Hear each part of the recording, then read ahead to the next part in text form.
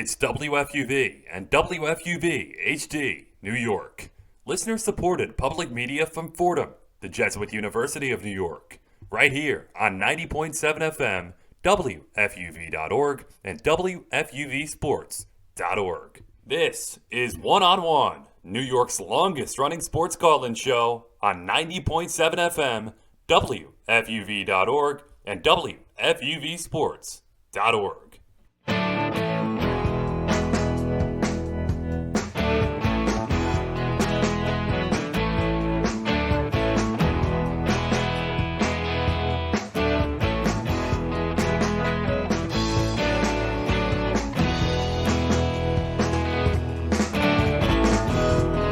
Good evening and welcome to One on One, New York's longest running sports call-in show. We are on the airwaves with you from 11 p.m. to 2 a.m. here on WFUV 90.7 FM. I'm Chris Baccia with Kayla Wenzel, Michael Legan, Alex Wolves with us, and we have gathered to do One on One for the first time. And I should have looked up how long it's been, but you'd have to go back to the month of March or earlier, maybe February, maybe a full year. That we haven't done this in person, but nonetheless, we've met with you every Saturday to do one-on-one, but it feels pretty good to do it in person, Kayla. I am very excited to physically be here today. Yeah. I think that you're right. I think it's been a full year probably. I think we're full circle here, finally coming back together, doing this in person. We're very excited about it. It's not the same. We're not in our studios in Keating Hall, but we've gathered thanks to Fordham Athletics and some of the rules here at Fordham. We've been able to come together and do the show with our own remote setup, and we found a way, thanks to a lot of help. But it is good to be on the airwaves. 11 o'clock, now 11:01 p.m., and we're taking you until 2 a.m., so 3 hours with you. We'll hope that you're staying warm. It is cold outside, and now that we've, as soon as we pass midnight, we'll be at Valentine's Day, I believe, the 14th of February. But here we are, and in the world of sports, it is sort of a quiet time because the National Football League is now over. The Super Bowl is over. Super Bowl 55 was a washout, and it wasn't a good game. 31-9, the Buccaneers dominate the Kansas City Chiefs, denying Patrick Mahomes of his second consecutive Super Bowl and instead handing a seventh to Tom Brady, who at this point, I don't think there's anyone doubting that he is the greatest to ever do it, Kayla. I mean, I'm a little biased against Tom Brady, so it's hard for me to say that. That's a tough pill to swallow. But, yeah, I mean, it was a total washout. He clearly was better than Patrick Mahomes during the game. I mean, the Buccaneers just had suffocating pressure on defense. They were opportunistic on offense. I mean, it was a washout. It was a terrible game to watch. I expected more.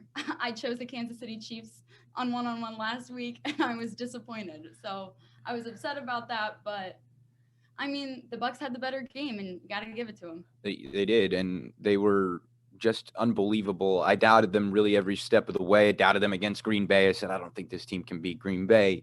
And just Tom Brady, he's undeniable, is really what it is. And he seemed to have had a good time in Florida celebrating on the boat and throwing the Lombardi Trophy, his seventh. But we have a great show for you. We have Michael Legan, who's going to join us with some headlines on the NFL front.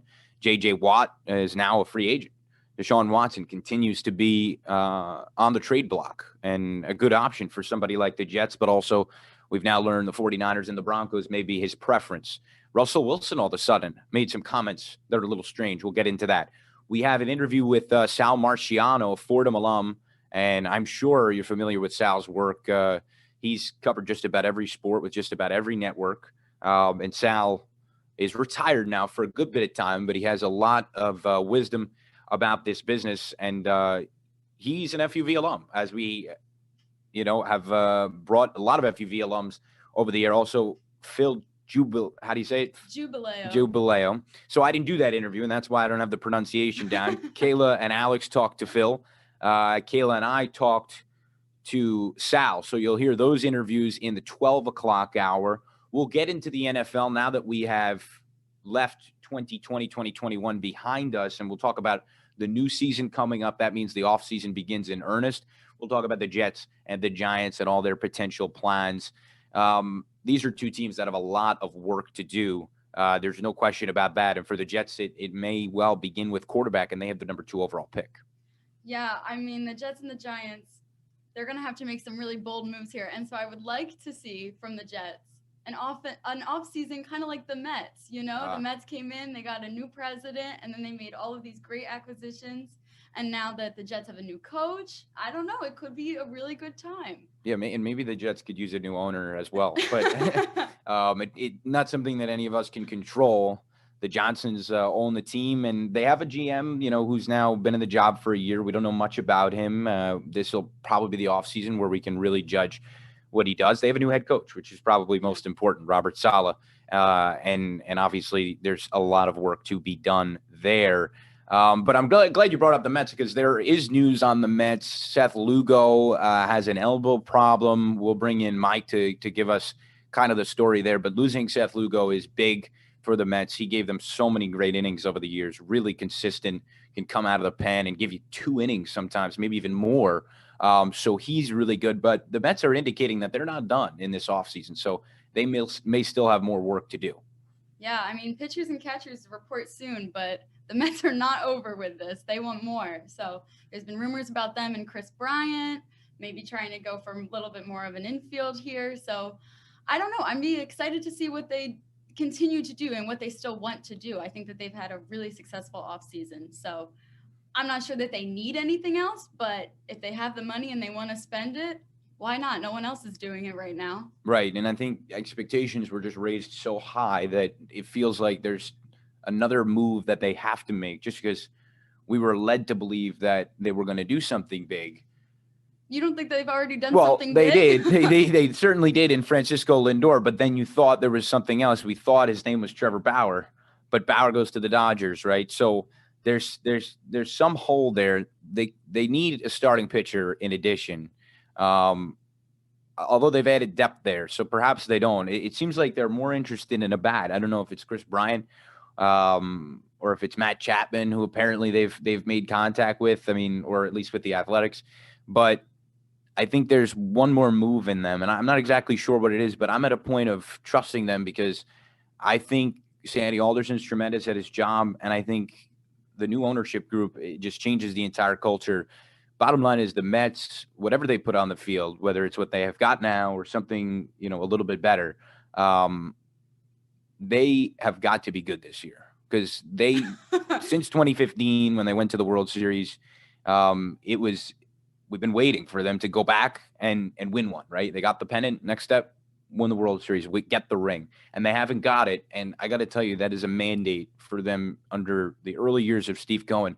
Go get a ring. Go get a ring is absolutely on my mind. Yeah, and I mean, the MLB projected standings came out, and for the NL East, the Mets were on top. They were winning 96 games, losing like 67 or something like that. So, I mean, they're projected to be really good, but the NL East is a tough division right now. So I wouldn't say that it's going to totally be them. I mean, I'm a little biased to the Phillies. So. Right. We have a Philadelphia fan, I should have mentioned. And it is a tough division. And, we'll see how many games they end up winning, because we'll see how many games they end up playing, right? Sure. So this is actually a conversation that we have for the end of the show about the coronavirus and how it continues to affect these leagues and their ability to have full seasons.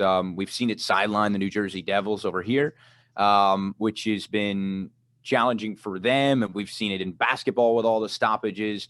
And so we'll see how baseball finds a way to do it. Well, we're coming up on 11:10 p.m. now. That's sort of the show. We've run it down for you. On the other side of this, we'll get into the Super Bowl. It's the top thing as we reflect on the end of Super Bowl 55 and the 2020-2021 NFL season.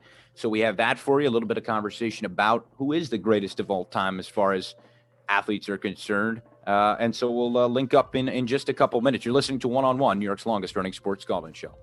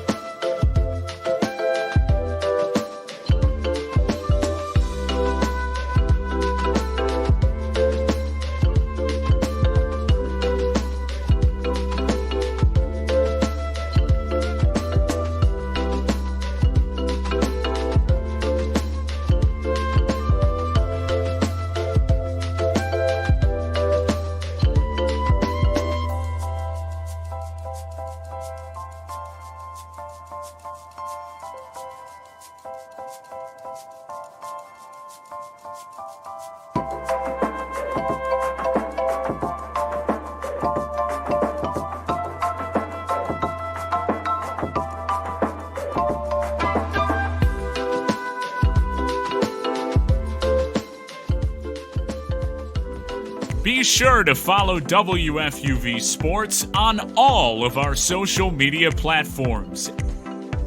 At WFUV Sports on Twitter, at WFUV_sports on Instagram, and WFUV Sports on Facebook and YouTube.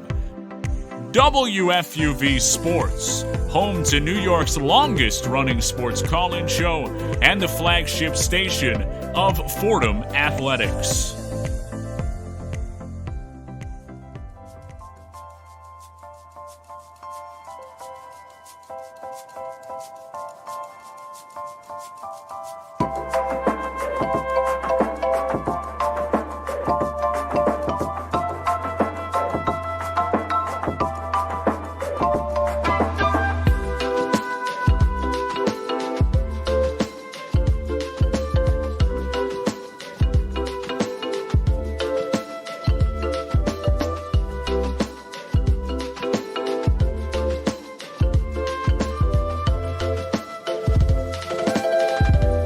Welcome back to One-on-One, New York's longest-running sports call-in show here at Fordham University. It is 11:12 p.m. Coming to you live on WFUV 90.7 FM. I should say coming to you live.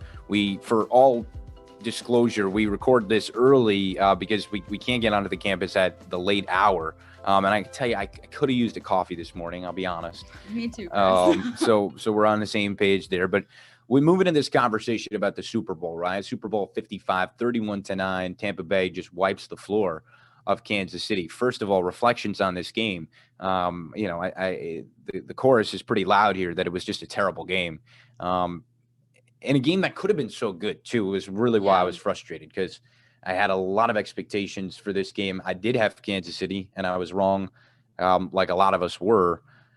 And there's something, Brady getting his 7th versus getting his 6th, it almost doesn't make a difference to me. The fact that he does it in a new conference, though, with a new team, goes in with a new system, builds it up, absolutely cements his legacy. If there were any doubters about could he play in another system, well, they've all been silenced, and I may have been one of those doubters. So what I don't want to do here, though, is just talk about Tom Brady and talk about how good he is and just, everybody's doing that. Everybody does that. Yeah. I hear it all the time, and I'm sick of it. And he's great. He's great. He's the greatest ever. He's the greatest ever. I have absolutely, I'd be crazy to be sitting here and not admit that. But how much could we talk about Tom Brady? At a certain point, Storyline's old now. It's old. It's old. He's And 43. We've heard it for a long time. he's old, and it's old, and he's going to come back, which, some thought is that why not just hang it up there with the 7th ring? But he just wants to keep going. It's just his motor. He wants another one.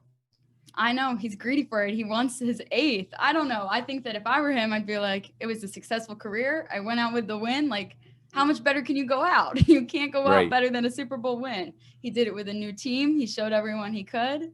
So if I were him, I would consider it. But, he's still at the top of his game. So at the same time, why would you go out at the top? Like, you might as well ride it for all it's worth and then go out a little later on down the road. Yeah, that's certainly the thought. And so he says he's coming back. The thing is that Patrick Mahomes getting denied a 2nd in a row sort of staves off another dynasty, which is something I'm glad about, because these dynasties, they're not exciting. They're especially not exciting when you're a Jet fan and you've watched the same quarterbacks in the playoffs every year. I mean, in the AFC, at least, we've seen the same cast of characters. We've seen Brady there. We've seen Roethlisberger there, Manning. And finally, a little bit of a shift. You get Patrick Mahomes, but is it going to be Patrick Mahomes every year? Because I don't want to see that either. Yeah. And so for all that we've said that Brady is great, I want to say that Mahomes was great too. I mean, he did have a lot of miscues in the game, but I mean, he ran a total of 497 yards before his passes or sacks throughout the whole game. Like, he tried so hard to make something happen. So I want to still give credit where credit is due. And I mean, the game was not great for the Chiefs, but Patrick Mahomes did everything he could. And I think he still is such an incredible talent.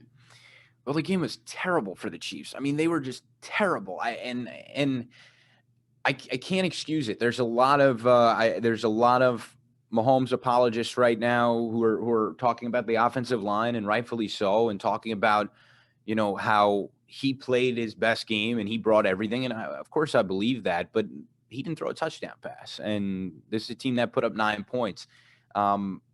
This is a knock on his record. I'm not saying that if I could have my pick of any quarterback in the National Football League, you know, for the foreseeable future, it would not be Patrick. Of course, it would be Patrick Mahomes. But this was a game where he absolutely did not step up.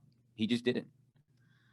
I guess, but I feel like I'm one of the Mahomes apologists. I feel like I would say that he did try to step up, but that the offensive line around him did not give him any proper protection or support. And so he couldn't really thrive. Like, he can't do it all on his own. He needed more. And I felt like he did not have more. But I mean, like, also credit to the Bucs defense. They effectively knew how to shut him down. Todd Bowles did not give him anything to work with. They shut down really Travis Kelce and Tyreek Hill. And so I think that Mahomes did the best that he could with what he had. Yeah, and all night long, everybody in America was watching Patrick Mahomes run the opposite way on the field to avoid the pass rush, and that was a strange thing. People who don't often watch football, I had to mention to them that that's usually not how the quarterback moves. But in this case, you mentioned it, almost 500 yards on the ground without any progress. So there's no question the talent that is Patrick Mahomes. But I'll be a critic here and say that putting up 9 points on Super Bowl Sunday just can't happen if he wants to build the kind of dynasty that the guy who beat him did. I think that's fair, but I mean, Tom Brady lost 3 Super Bowls, so I don't want to say that this. But 7 out of 10, but he's 700 winning percentage compared to now Mahomes is at 50. We'll see Patrick Mahomes. He's at 50. He's only been there in 2. I feel like it's unfair to say that. Yeah. We'll see him in another. But another storyline here that you mentioned is Todd Bowles with the New York connection and the defense. And Bowles was such a disaster in New York as a head coach, and I was a big critic of his. Could never get it together. I mean, great defensive coach in Arizona. He was praised by somebody like Bruce Arians, who then went and got him down in Tampa Bay. And I have to tell you that as much as I didn't like him then, you know, that bygones let bygones be bygones. I think that's the expression. But I buried the hatchet with Todd, and I wished him some success down there. And obviously, he's just an outstanding defensive coach. Yeah. I mean, it must hurt definitely from New York when you saw it so bad. But well, we knew he was a good defensive coach when he came here, but you know, then the big question is, can you step up and be a head coach? And that'll be the same question for Robert Saleh now, who's a great defensive coach over in San Francisco.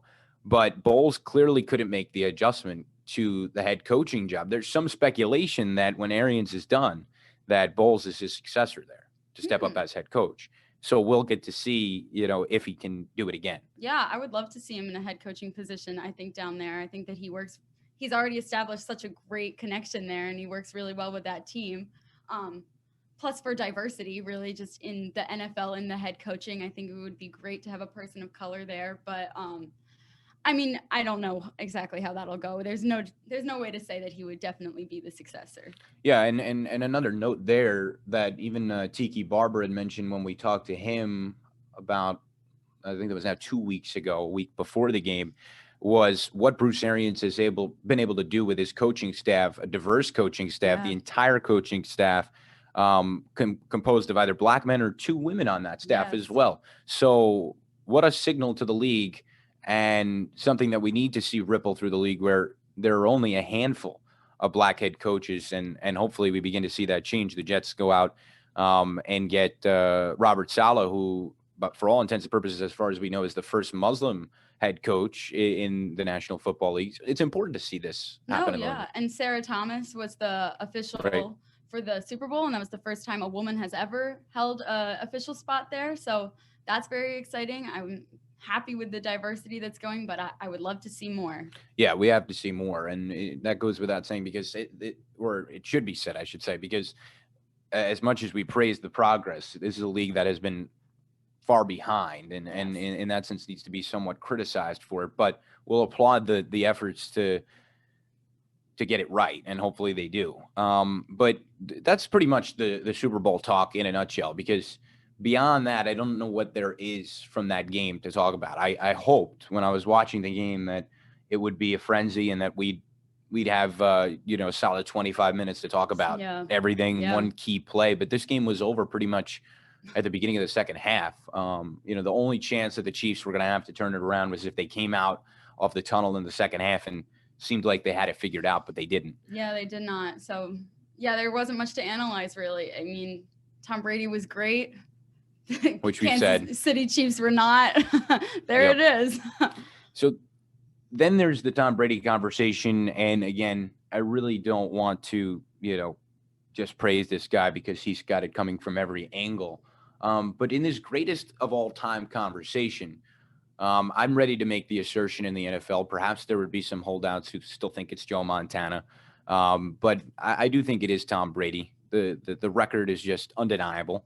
I agree. I think in the NFL, as a quarterback, I think it's Tom Brady. You have to give it to Tom Brady. But then the challenge beyond that is to say the greatest athlete. And I don't really know that you can stack up athletes from other leagues, but I think it brings up an interesting conversation. Some people say Serena Williams is the greatest athlete ever. Some people say Tom Brady is the greatest athlete ever. Some people say Babe Ruth, Muhammad Ali. I mean, yeah, it's hard to do it cross sports because each sport requires such a different level of skill. And so like, while maybe Serena Williams is the greatest athlete, could she go and play football like with Tom Brady? No, you know what I mean? Yeah. And Tom Brady couldn't go and compete for a Grand Slam. So I think that there's a lot of, it's hard to say, but if I was going to just say it anyways, I like Serena Williams, but I'm biased. Well, actually, it's a good moment to bring up tennis, right? The Australian Open. A perfect moment, Chris. Well, we'll give you your moment to talk about it, because I think we have listeners who are with us here at 11:24 p.m. right now on the road who are following the Australian Open. But I have to be honest that most of us at FUV Sports aren't abreast with what's happening in tennis. I know. I'm a lone soul out here. Well, tell us. Let us know. Well, everyone, the Australian Open is happening. I hope you've all been watching it. Serena Williams is 1 Grand Slam away from the record. So she is at 23 Grand Slam titles. Incredible. So now she just needs 1 more, and then she ties for the record. But she's been having some struggles since 2017 when she had her child. But she's coming back. Rafael Nadal is in this still, and I love him. Djokovic is still playing. My favorite, Roger Federer, is not in this competition, unfortunately. He didn't. He did not come to the Australian Open, which was sad. But there's been a lot of great matches. There's been a lot of 5-setters, comebacks. I love this kind of stuff, but it's not everyone's cup of tea, and I understand that. on the women's side, you think it's Serena? Yeah, I think that Serena. Wawrinka is out, but Naomi Osaka, who won the U.S. Open, she is still playing. She's incredible. And yeah, I mean, she's a great talent. So I would love to see Osaka against Williams really in the end. But I am a Serena Williams favorite. I don't know. She's one of my top. It's been said to me that tennis is the one sport, tennis along with golf, are the only sports where the favorites, the consistent favorites who are always there, are truly the players that are supported the most, which is the opposite of like football. Tom Brady, I can't stand the guy, right? For how great he is. But tennis and golf are the sports where the best of the best are the most supported across the sport. That's an interesting observation. There is such like a longevity, I think, in tennis and in golf in the same way. And so like, I feel like in tennis, you get to know them and love them a lot more because there's so many different like individual tennis players that you don't know very well. And so like, you wouldn't immediately like support them just because they're from your town. Whereas like in football, you would have to like support the Patriots if you were in Massachusetts or something like that. But because like Serena Williams is just like America, she can get such a larger following behind her because everyone loves her. That's true. And because it's international, there's some national pride there too. Right. With somebody like Serena Williams. And Naomi Osaka sort of she has an American identity, if I'm not wrong, Yes. and a Japanese identity. So there's sort of a mix there, and she's so young, which is incredible. Yeah. Coco Gauff is the other one, right? Coco Gauff. I don't think she's in this one, or if she was, maybe she already got out. I don't know. It's hard because they come on at like 3 a.m. because Yes, it's Australian right. time. But I loved her when she was in it. I think that she was like 16, maybe 15. 15 Yeah, it was at the U.S. like Open. I saw her at the so U.S. young. Open a year ago. She was 15 years old, and I actually asked her a question in her press conference, which was very cool. It makes me feel bad about my accomplishments at 21, you know? I'm not competing for a U.S. Open. She's I know. 15. And she's doing her homework in the evening after getting off the tennis court. It's sort of incredible. Yeah. She was so kind though too. I mean, like I never Amazing. interviewed her, but I saw the interviews with her and I thought Coco Gauff was amazing. And I think that a lot of tennis players, which also makes them so likable, is that they're so classy. I don't know. I feel like tennis is so classy. Like I think Roger Federer is such like a class act. He's very kind and very easygoing. So I don't know. I think that there's a different type of personality that goes with tennis that can make people more likable. I think so too. I think that makes a lot of sense. It's interesting to me. I have to follow tennis a little bit more closely, but ever since I went to the U.S. Open, I've taken some interest in it, but there's just so much going on. But in the greatest of all time conversation, Serena's vaulted to the top of her sport, but then again, it is so hard to make that comparison because you're right. She couldn't throw 3 touchdowns at a Super Bowl. It's just a different skill set. And then Michael Jordan couldn't do, what he was able to do in basketball, which sort of opens up the Jordan LeBron conversation again, which, I still wouldn't hand to LeBron just yet. But I still think he has more work ahead of him. But just as far as a transcendental athlete, if that's a word, an athlete that just transcends their sport, you can't deny Tom Brady. You just can't. And that's just as much as I'd like to. As much as I'd like to, but then again, I'm not going to go out and say that he beats out Serena Williams the way some people would assert, because I just don't think you can do that. It's hard to say. I mean, and we had talked about earlier actually Michael Phelps, and I thought that was an interesting name because best swimmer ever. Best swimmer out there, but he couldn't play football, so I don't know, but I like, in terms of pure athleticism, right? I like Michael Phelps, Serena Williams, Tom Brady over like a Tiger Woods type of character. Right. Because this is a personal opinion and I don't mean to offend golf players, but I think that golf is more about skill than it is about athleticism. So if I'm looking at it purely from okay, I see. Like pure work and grind, I feel like I would say maybe a more difficult sport than a technique sport. Right. I could see that. What Brady has going for him is that he plays the single most important position in team sports. No questions asked. Like there's no sport that has a position comparable to the quarterback. So if you look at Babe Ruth and what he was able to do, maybe the greatest to ever play the game of baseball, his role just isn't as inherently instrumental as a quarterback is. But certainly, to me, it's in baseball, it's Ruth. If you were to go around in soccer, it's Pele. Yes. Michael Jordan basketball. But pure athleticism is almost a different conversation. Some people say Bo Jackson is the most athletic, purely, right? And so you can just go all around here. Yeah. I mean, and you can't forget like Muhammad Ali and boxing. Like if you're thinking athleticism, that is like, what is a more like display of that than boxing?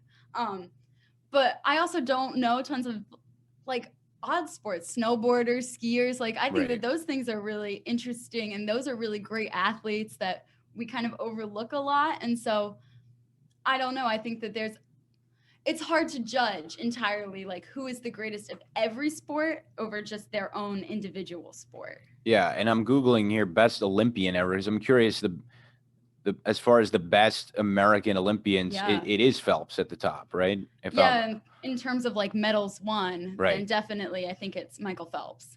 Right. But I don't know. Can you judge anything? I guess in the Olympics, it's fair to do a medals won because you're not really relying on like a team. Whereas I feel like it's not fair to do like Super Bowls won to determine the greatest necessarily, because I feel like that is determined on so many different factors. Right. Whereas like Olympians are usually just determined on themselves.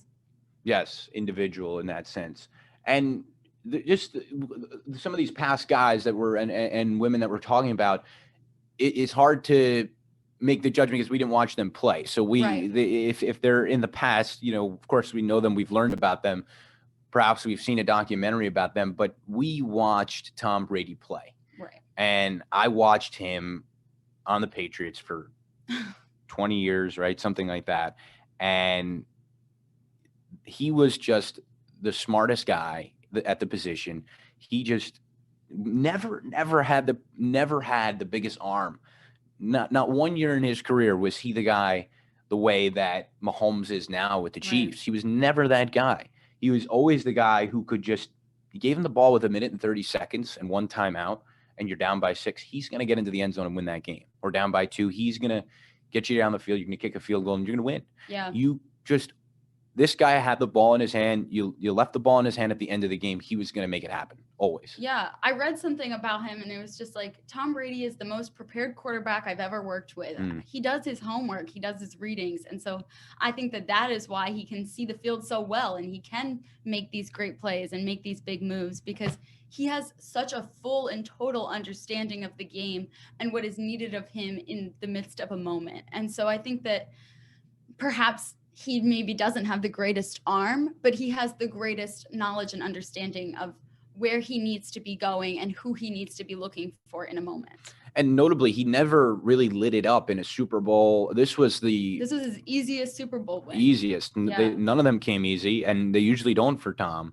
But in this case, they did. It did. And he's just a guy who is clearly a leader, and you can't deny it. When you're able to do it in New England for so long, and you knew that Bill Belichick was clearly a great leader, although he certainly doesn't have the externally facing qualities of a leader, because he just seems like a dirtbag. But he's able to get a locker room focused on one goal.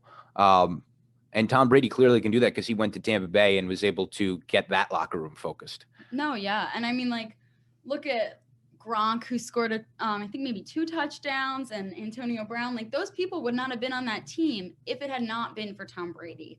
And so I'm not saying that the whole team's success is because of him, but it is with him. He made such a difference in that offense and in that organization as a whole. I mean, I think that his locker room presence probably cannot be understated. I think to have such a veteran player, such a successful player around you, it brings you up. It brings people up to their level. It challenges them to be better. And so I think that is more so what he has going for him, is his reputation. His reputation precedes him, and people want to work with him, and they want to perform well with him. There's nobody like him in that sense. He makes everybody around him better. The only guy who can somehow occasionally he'll have a game where he throws 3 interceptions, and you're like, does he even have it? Sometimes he just doesn't have it, but still they find a way to be there at the end, whoever he's with. Now it's 2 teams.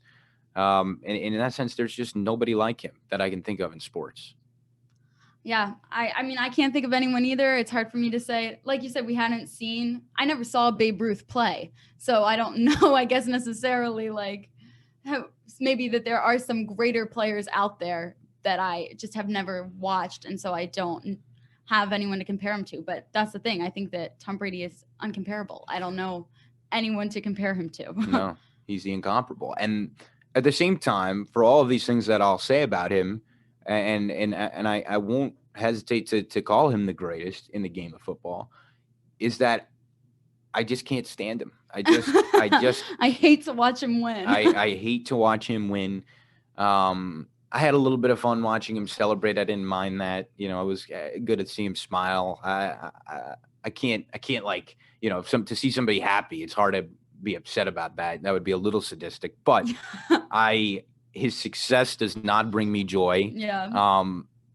To me, he'll always be a Patriot. I'm a Jet fan, so I'll always have him as a Patriot in my head. And the guy just won year in and year out. So, was just the worst of them all. And I occasionally dominated the Jets, although perhaps one of the highlights of my life was when we did beat him in the playoffs. And I hold on to that moment closely because that was it. I'm sure you hold on to your Philadelphia moment beating him. Super Bowl win when we beat Tom Brady. Yes, it feels good to beat Brady. It does. I hold that very closely. Yes. At the same time, people who tell me that they're happy for him or that they were rooting for him, I can't. I can never root for him. I'm like you said, when I saw him at the parade, I was happy for his success. I'm happy that he had a great time. But do I want him to have a great time? Do I want him to go to parades, boat parades? No, Right. I don't. Like, I would prefer that he didn't, but I have no control over that. Hopefully some kind of new wave of quarterbacks emerges, that because Brady is, of course, on the tail end, although who even never knows, but he's on the tail end, I hope. But hopefully you see a new generation of quarterbacks emerge. You've seen Josh Allen. You've seen Baker Mayfield get there this year. I wouldn't even dare put Sam Darnold in that conversation. But hopefully we get to see a new generation of quarterbacks. There's been a lot of shuffling at the quarterback position. So we have a segment ahead for you on that. You know, Deshaun Watson is up in the air. We mentioned Carson Wentz before the show. Yeah. Matt Stafford got moved out to LA. I think that's going to be a tremendous success. Who knows what Ben Roethlisberger is doing? And I'm missing some. They're Russell Wilson. Russell Wilson made a comment, although he can't probably leave. is meaningless, but But it just signals something that quarterbacks are beginning to say, we are the heart and soul of a franchise, and you better treat us the right way. And so Wilson is indicating by a report like that leaking out, a guy who really is such a class act and I think is so loyal to the Seattle Seahawks. But it's just a little note. You should pay more attention to me. pay a little bit more attention. Give me the respect that I have earned, which he certainly has. Deshaun Watson's doing it in Houston. Aaron Rodgers, a little bit in Green Bay, although how could he leave Green Bay? It's sort of unthinkable. But then again, they go draft a first-round quarterback last year, so it's a little strange. But we'll leave it there for the NFL conversation. That's a little preview of where we're going to go when we talk about the offseason, and certainly we'll focus on the Jets and Giants. But Super Bowl 55 in the books. That's it for the 2020-2021 season of the National Football League. Now we look ahead.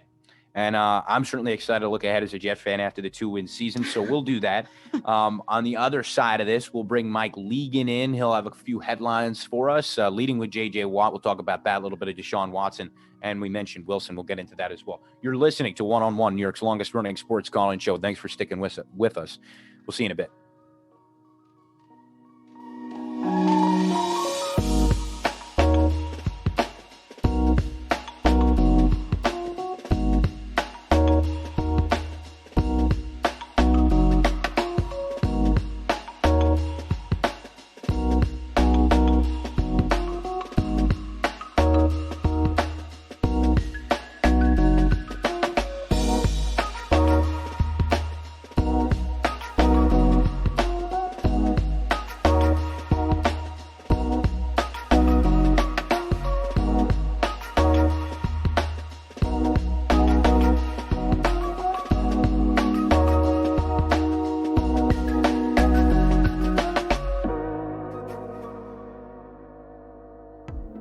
One-on-One has a brand new YouTube channel. Subscribe to WFUV Sports to catch our simulcast Saturday nights and get notifications so you never miss another show.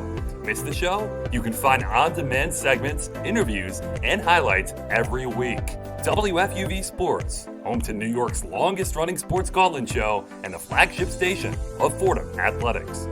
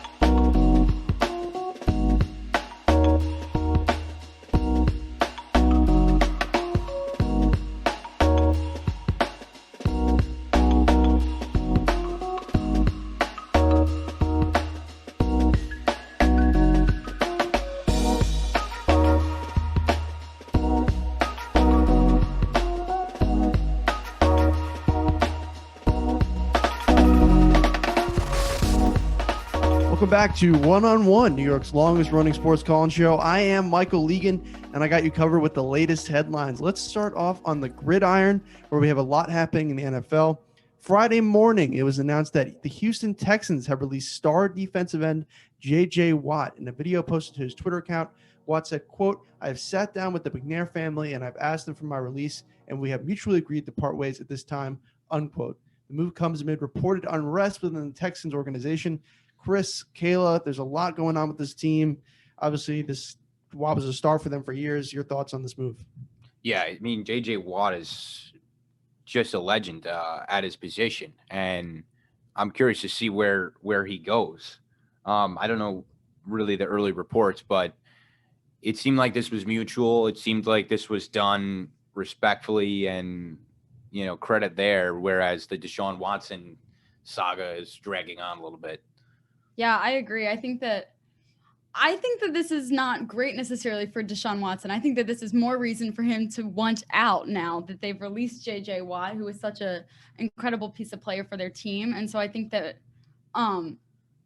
this only shows the discomfort that is going on within the Texans organization. And so I think that while it was fine and it seemed very respectful and J.J. Watt made it sound like it was a nice split, I think that underneath the surface, there's probably a lot more going on there. Yeah, I would just say, we've been here. First off, this move shouldn't be a surprise, I think, to most of us. We've known for a few weeks now, guys, that Watt, it was reported that he already requested a release a few weeks ago. So now it's official. He's moved out. Right. But the Texans organization, look, Chris, you and I are Jeff fans, and, we hear about the Lions. We've heard about the Browns for years, but the Texans are approaching a status as maybe the worst organization in football. Look at their head coaching search. The fact that they had to get a guy in David Culley who, frankly, was on no one else's radar simply because no one else wanted the job. Eric Bieniemy, who Deshaun Watson was begging them to interview, depends on who you believe, whether or not they wanted them or he didn't want them. Bottom line is they get a guy in Coley who's, there's a reason why no one else wanted him, is what I'm going to say. The guy does not have – he's been around the league for a while. I wish him success, but the organization is just a joke right now. And also, with we're going to get into it a little bit with Deshaun Watson, but this is coming off the heels of DeAndre Hopkins leaving. This is coming off the heels of Andre Johnson, who never uses social media, bashing the organization publicly. It is a dumpster fire down in Houston right now. It is, and the thing is that I don't know that the Jets are so far off from that.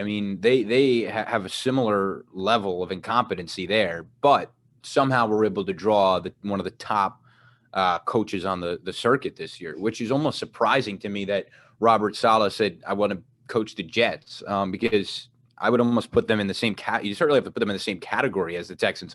But I agree with you, Mike, that they are on that level of Browns and Lions failure and competency, just cultural breakdown. But then again, are the Jets that far off from that conversation either? I don't think so. I would say that, right now, I think, look, we've suffered through a lot of years. The Jets are not it starts from the top down. And the Johnsons have not been good owners, to be frank, and Christopher Johnson, especially. I was never a fan of Woody, but he set a new bar for lows, essentially. But I will say this, having Joe Douglas, we're kind of, we're fucking with the Jets here real quick, but I think the difference is, the Jets have a GM now in Joe Douglas, who is well respected around the league. And look at the Texans, a guy in Jack Esterby, who's their, one of their senior guys. The man has worked his way up from being a chaplain in the NFL. I don't know if you guys are aware of this. I did not. So Esterby actually started off in the Patriots organization as the team chaplain or something along those lines. Came to the Texans, if I'm not mistaken, in a similar role, and essentially has sweethearted his way up the ranks of the organization. And this is a guy. Look, I this is kind of going off the top of my head right now, but I remember reading an article about it. He is not qualified whatsoever to be a top executive for the Houston Texans. If you recall, they hired an outside firm to compile a list of GM candidates for the team. And essentially, Cal McNair has Esterby in his ear, and they threw that list out the window, and they just completely ignored all the research they were doing. This guy it seems to me like a snake oil salesman, and if we're looking at the Jets, the Jets have done the same thing. They've brought out outside consultants. Exactly, but what I'm saying is we're seeing that unfold right now with the Texans, and we know that this is just a huge issue right now. Well, the outside consultant thing doesn't work because the Jets have tried it. That's how they that's some consultant told them they should hire Adam Gase. So, well, the consultant was Peyton Manning. Yeah. Peyton Manning also told them that, but it was a consultant. Actually, it was the McCagnon hire. Charlie Casserly, right? Who, while we're listening to him, the guy's 100 years old. The Green Bay guy, right? Been out of the league. I think he also was Washington too, if I'm not mistaken. He has a connection with McCagnon, so of course he got fired. But we're losing track here. But Kayla, any last thoughts on the Watt move before we get into our next headline? I think it would be interesting where he goes. He could go to the Steelers because that's where his brothers are. Yeah, I think TJ actually tweeted about it. Are there. So I think that would be a fun family dynamic. I wouldn't want to be playing the Steelers. I wouldn't want to be the Browns, put it that way. Yeah. With both Watt brothers coming off the edge. That's a little terrifying. Yeah. So, I mean, we've kind of touched on it right now, but obviously another one of our major headlines this week, around the same time that Watt made his release from the Texans' public knowledge, ESPN's Jeremy Fowler reported that Watson is, quote, intrigued, unquote, by the Denver Broncos and San Francisco 49ers. Fowler also downplayed rumors that Watson is interested in the Jets. This news comes after weeks of conflicting reports. Of course, we've heard some people say that, Watson had made a list and the Jets were number 1 and the Dolphins were number 2. And there was other people saying there is no list, that he just wants out and that he would basically welcome a trade to any team. So, I mean, I don't know what to believe. I don't know what you guys think. If you want to believe these reports, Kayla, what are your thoughts on this? Yeah, I don't know that I believe these reports. I think that Deshaun Watson is saying anything really to stir up drama and reporters so that people will pay attention to this. And hopefully the more trouble he causes, the easier they will let him go from the Texans. I think that even though he says he's intrigued by the Broncos and 49ers, I think that if the Texans are to do something, they're going to look towards the Jets, who could offer them maybe a better package in a trade. But between the Broncos and 49ers, I would say the Broncos probably have a better chance because they own the number 9 overall pick compared to the 49ers. I think they have like number 12 or something like that. So if he actually wants to go to the Broncos and 49ers, and those are the only teams he wants, then I would say it would be the Broncos. But why wouldn't you want to go to New York? Like, what does Denver have? I guess that New York doesn't have. Well, I don't know. They have players. The Jets have none. So that might be the start of it. If you want to be a Niner, at least. The Niners are a good team. If you add Deshaun Watson, they are competitive, right? They have a good defense there. We think that he likes Robert Saleh, and that seems to be the only thing that would explain why he's interested in the Jets. But this is so confusing. It's been such a saga, and the reports are such a mess. It's everywhere. And I don't really know what to believe, but I agree with you that I think that's part of the strategy on his camp is just kind of flood the airways with rumors to make sure the Texans get the message. I do not want to be a Texan. That's, I think, the one solid thing here. The one thing that I know is that when all is said and done, he's not going to be a Houston Texan. I can say that with a fair deal of confidence, although, of course, Houston is representing something different. But they are going to get a lot for him. Who it's going to be, I don't know. And ultimately, Deshaun Watson is going to control that. He has no trade clause. So the factor of where he wants to go, it does matter because at the end of the day, he can veto a trade and he can sort of hold the Texans hostage and say, I want to go to San Francisco, which I think would be a great place to play. I think would be a more attractive place to play than the Jets. Of course, I want him to be a Jet, but he sort of controls this. Yeah. I mean, I would say, first off, I don't believe the report. I mean, the major red flag is the Broncos. I'm sorry. I don't understand why anyone would be intrigued to play for the Broncos. Yeah, they have a very John old, Elway. I mean, very old defensive-minded head coach in Vic Fangio. Right. Who on this team are you intrigued by? You want to play with Jerry Jeudy? I mean, I don't see why someone would want to go to the Broncos. And as far as the 49ers, they got playmakers, but this is the thing, and we've heard different reports about what the Texans might want in a trade for Deshaun Watson. And, there are two scenarios been kind of floated out. One is they want a lot of picks, or the other thing is they want picks and an established quarterback. Because if we're being honest, I mean, I think virtually every team in the NFL, aside from maybe Kansas City with Mahomes and maybe Baltimore with Lamar Jackson, would agree that, or Green Bay and Aaron Rodgers, would agree that Deshaun Watson would be an upgrade over their current quarterback situation. So if a team can offer it, the mere idea for the Texans is we just want to get out of this headache and we don't necessarily want to draft a young guy, then I think that really opens up the playing field. But if the question is they want draft capital, I don't think the Broncos would fit either of those needs. I don't think they have the picks or the established quarterback to send them. 49ers a little bit closer to that, but Jimmy Garoppolo, is that the guy that you're going to want? I think I don't know. I don't remember what the name of the reporter is, but a reporter for the Houston Chronicle, I believe, came out and said, that the Texans are adamant they're not trading Deshaun Watson, but if they are, this is just one person's opinion, it would be to the Jets. So that would incline me to believe that what they want is draft capital and they want the young guy. And the Jets, in my opinion, and the Jets and the Dolphins are probably the only teams that can really match that. Well, let me ask you this. If you don't believe this new report from Fowler, do you believe the initial report? No, I don't believe that report. That indicated that the Jets were I don't believe that. Favorite? I would like to believe that. I don't think it's true. My personal opinion is this is the fact that we've had people say he wants this team, he wants that team. I just think that you have people who are desperate to get a scoop out there. Maybe they think, this is the bottom line. I just think Deshaun Watson wants out of Houston, and maybe he'll veto a trade to certain teams, but I think that it's just the idea he wants to get out. And I just think he wants out of that organization. And I think, frankly, he doesn't really care too much where he's going to go. That's just me speculating. I think he probably cares. I think Houston would like to go to the Jets because the Jets are going to have the biggest package, right? The Jets are going to be able to offer the most. So it's in Houston's interest to get the story out there that he wants to be a Jet. It's in Deshaun's interest to get the story out there that he wants to be wherever he wants to be. If that's San Francisco, I think it would make a ton of sense to go work with what's his name, Shanahan, and so.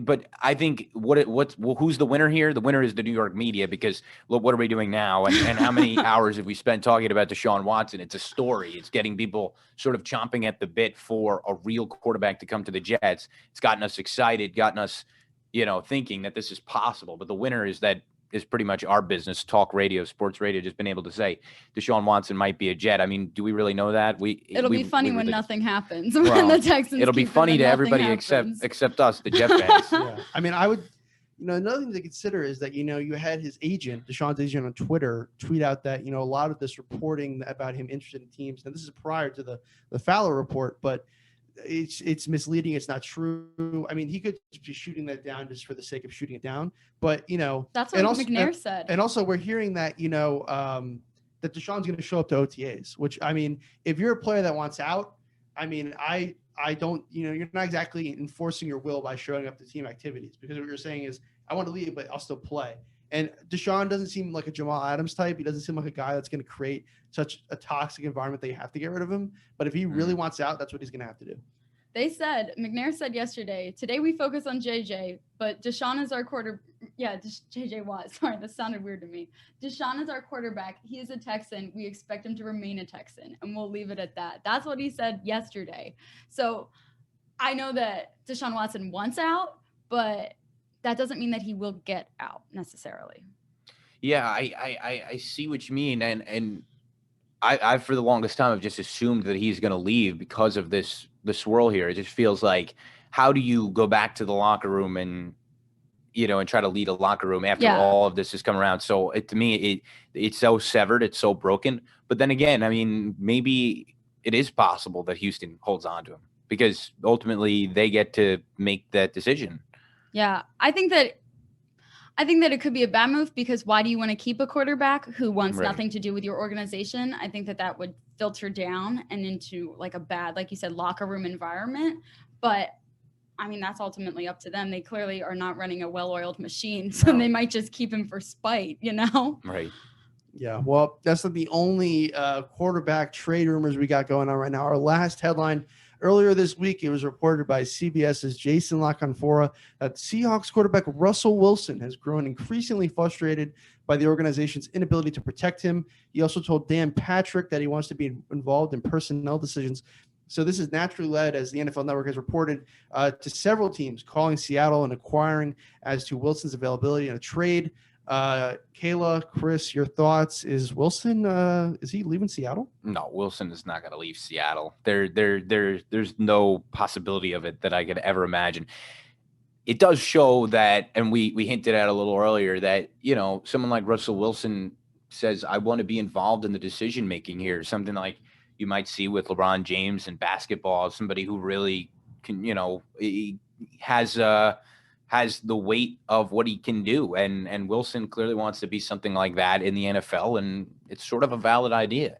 I mean, what he does for Seattle warrants his voice. At the same time, I'm sort of the opinion that players and management need to be divorced, and that, these things, the interest of Russell Wilson to make a personnel decision or be involved in personnel, that doesn't really make sense to me. It happens all the time in sports where someone says, I have a connection. It happens in basketball probably more than anything else, where players have connections and they come together. But I don't think it's the best way to run a team. I agree. I kind of don't like it. I think that these quarterbacks in Deshaun Watson and maybe in Russell Wilson, they're kind of learning how to use the media to get what they want. Yeah. And so like Deshaun Watson stirring up all this drama, he'll go to any of these teams. And then Russell Wilson being like, well, maybe I'm going to start looking for somewhere else. Even though it doesn't really make any sense, but I think it's kind of like a drama move. It's like a cry for like, pay attention to me and give me what I need in order to be happy. And I think that that's what Russell Wilson is doing here. He's saying that I'm going to kind of stir up the pot a little bit to let you guys know that I want more offensive weapons and I want more people around me. And if you don't, then I will make a stink about it and make a trade. And so, like you said, Chris, I don't like it. I think that quarterbacks, while they are important, they are not connected to the front office. And I just think that front office is different and you don't get to decide your management, and then your management decides your players. And so I kind of feel like there should be a separation there, but obviously that is not what is making these quarterbacks happy. I mean, for me, I don't think Russell Wilson's leaving either. I mean, Seattle would be insane to trade him. I think he obviously has become he's undoubtedly the best quarterback in the history of the franchise, and he's the face of the franchise. I mean, selfishly and kind of for comedic purposes, I would die if he happened to get traded and leaves Jamal Adams there, who, of course, is the king in this area of being seen as the face of forcing trades. So for the guy to be, I got to go play with the quarterback, he gets there and then Russ would up and leave. That would be pretty funny to me. But, like you guys said, I just think that what he's trying to do is put some public pressure on the organization. Think about that Seattle offensive line. I mean, they don't have a Mekhi Becton over there. They don't have a Trent Williams over there. I mean, off the top of my head, the only tackle lineman on that team I can name right now is Brandon Shell, who you remember from the Jets. The guard. He's playing right tackle for Seattle right now, I think. Right. But Seattle, and it's also, obviously this has not been a good few weeks for Seattle because, of course, they had the incident with one of their players, Chad Wheeler, offensive lineman, who, of course, just disturbing what he did to his girlfriend, domestic violence. He should never be allowed in the league again. He should be in jail, frankly. But Seattle, for different reasons, obviously, is the organization having some rough patches right now, and hopefully they can fix some of that up. But I think Russ is just trying to put some public pressure on the team. Well, Kayla's point is true that they're using the media to their advantage, especially social media. They have their own platforms, and the media eats it up. I mean, it's great. It's great coverage and it's great conversation. It's great buzz. So the Aaron Rodgers idea that he's not going to be a Packer, I think a little bit overblown. There's dissatisfaction there. It's not an easy relationship, and the same probably goes for Russell Wilson and the Seahawks, but it doesn't mean that some of these franchise cornerstones, we're talking about franchise cornerstones, are just going to get traded. It doesn't happen usually. But we'll leave it there. That's it for Legan and the headlines. We appreciate it, Mike. It's 11:59 here. We're coming up on midnight for One-on-One. I'm Chris Bocci with Kayla Wetzel, and you just heard from Mike Legan. We'll take a quick break. You're listening to One-on-One, New York's longest-running sports call-in show.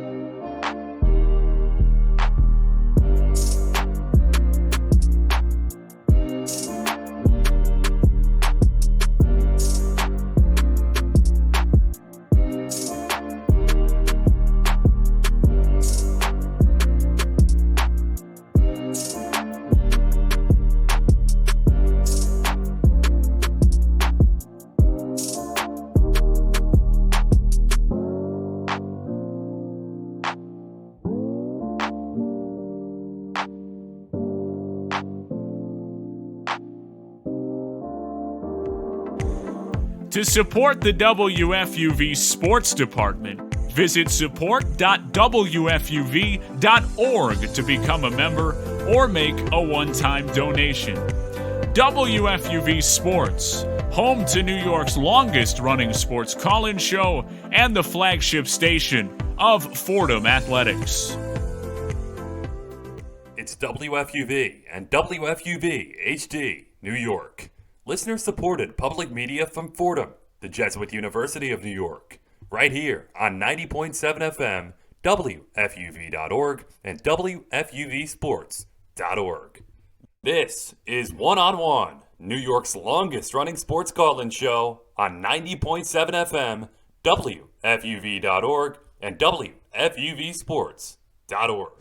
Welcome back to One on One, New York's longest-running sports call-in show. I'm Chris Baccia with Kayla Wetzel, and we are very pleased to have a special guest this evening, Sal Marchiano. Sal, the broadcasting legend of sports. He's been at just about every network, covered just about every sport, and just about every legendary athlete. So, Sal, first of all, thanks so much for taking the time today. My pleasure. My pleasure. So I want to get started with where we are right now. Just had Super Bowl 55 in the rearview mirror, and Tom Brady gets his 7th ring. You've covered so many legends of sports. And my question is, you watch a guy like Tom Brady go do it again. How does he stack up to some of the guys that you've covered over the years? You know, his numbers cannot be refuted. He's won 7 Super Bowls out of 10 opportunities, 5 Most Valuable Player awards in the Super Bowl.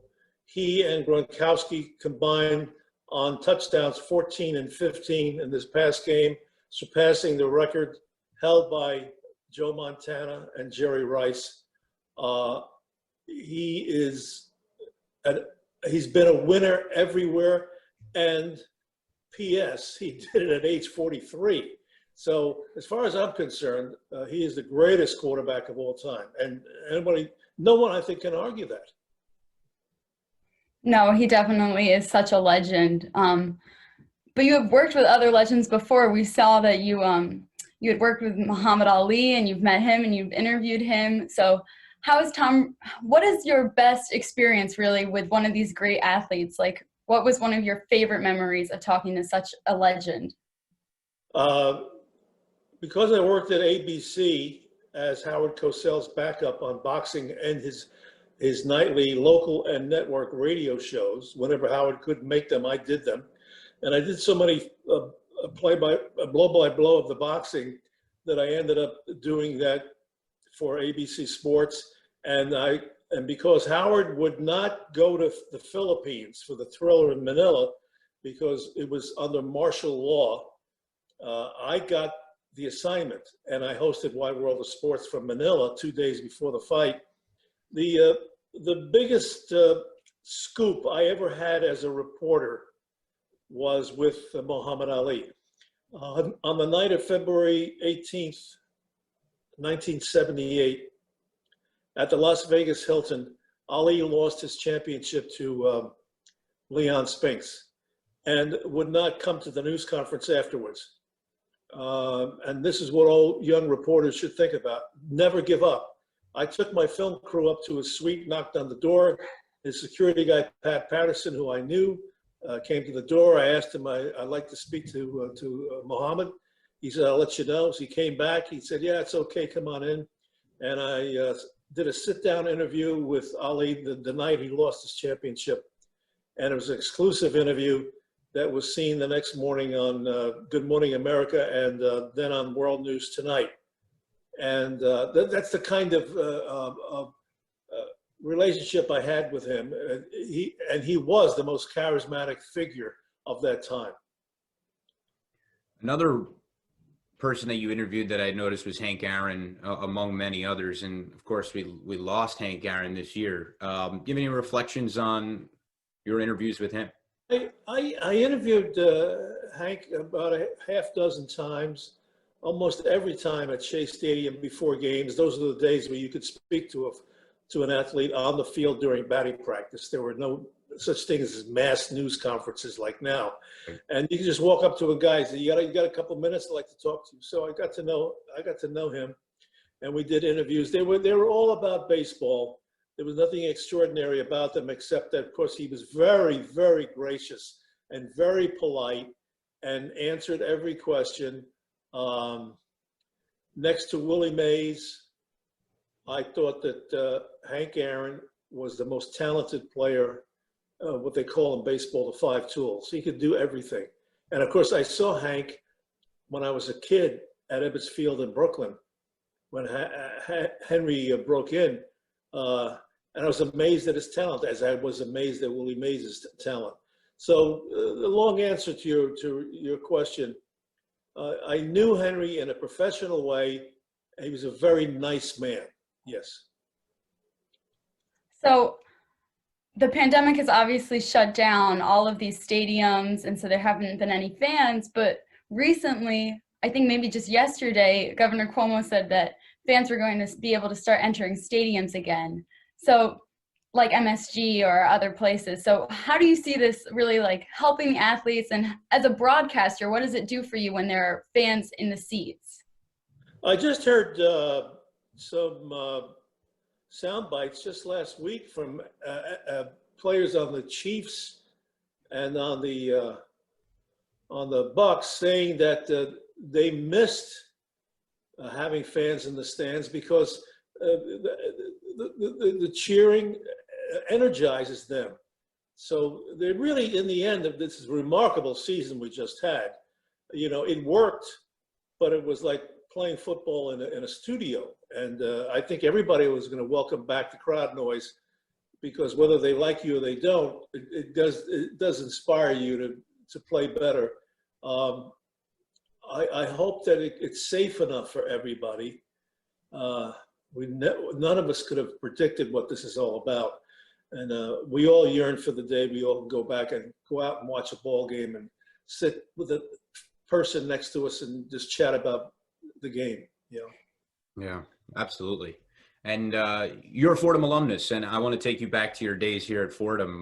What they meant to you, what you were able to learn that you then took to a 40-year career of broadcasting.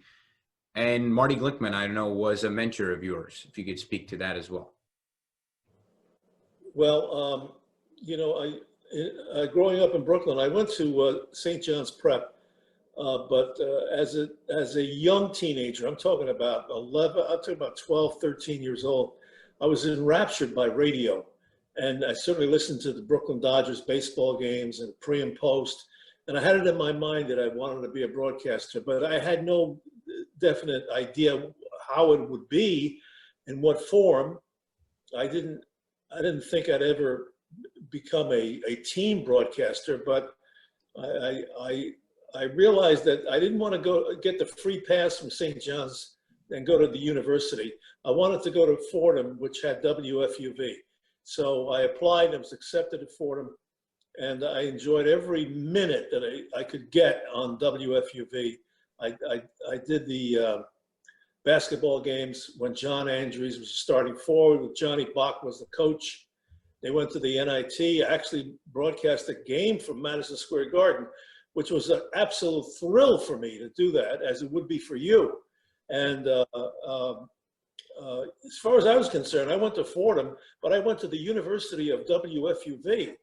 That was, and of course, I made my contacts, and I learned a lot. And this leads me to the subject of, I'm very proud of my education at Fordham, because while I wasn't a remarkable student, I was an average student.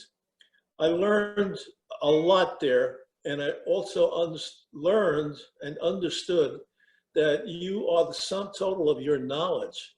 And Fordham got me into reading books of all kinds, and I saw that in the work of Vince Scully, the greatest Fordham alumnus in terms of broadcasting.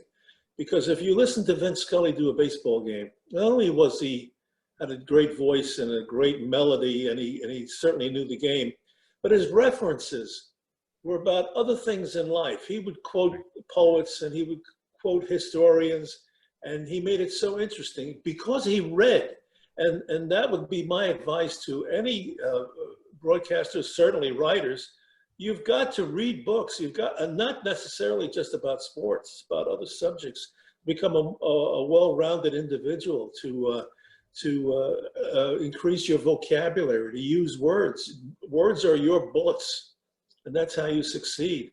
And so it all happened because of Fordham. Fordham was the most influence on me in my life was Fordham, my education there. That's awesome, and that's incredible for us to hear. I mean, especially working at FUV and just seeing how far WFUV could really take you in your life. Never forget these days that you're experiencing. We will try not to, for sure. So as you had talked about Fordham, and you talked about broadcasting from Madison Square Garden and working with the basketball team, what really was your favorite Fordham FUV sporting event memory? Well, you know, I was what they call a day hopper. I worked at night at WMGM, I mentioned with Marty Glickman, and I did not board at Fordham. So I was up there for classes and then out of there. In 4 years at Fordham, I went to one dance, and because I had to pay for my tuition. My family didn't have the money, and I paid for my schooling. And I had very little experience with Fordham socially. I made some friends. The most noted one was John Halligan. We were in the same class for 4 years, and John's his love was for hockey, and he ended up working. We both used to take the D train down to Manhattan after class, and he went to the Associated Press, and I went to WMGM. This went on for our careers at Fordham, and John ended up working for the New York Rangers as an intern, and he ended up being the public relations director.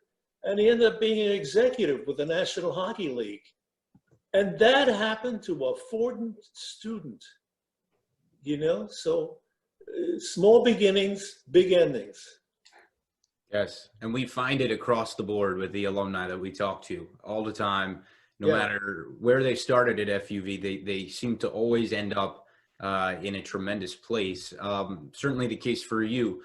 For a young reporter, what would you tell a young reporter as far as advice goes? Because you mentioned the play-by-play of Vince Scully. I think is fascinating how somebody once told me that if you read the transcripts of Vince Scully and his play-by-play, it'd almost be like he wrote it on a typewriter. He just was a poet as he spoke live. But as a reporter, what's your advice? What did you learn in your career? Well, the basics are who, what, when, and where. But the big question is why. And to know why in the story, to know what's the real story, takes experience, and experience can only be developed by knowing the subjects, knowing the backgrounds. You know, the great reporters that became name reporters like Jimmy Breslin and Pete Hamill, they went beyond the obvious pronouncements at news conferences. You know, the best advice I get is to talk to the principals, to get the story behind the story. I'll give you an example. The greatest Jimmy Breslin column was when John Kennedy was assassinated, and Jimmy flew down to Dallas. He interviewed everybody, and everybody was writing the same thing. I mean, it was obvious, okay?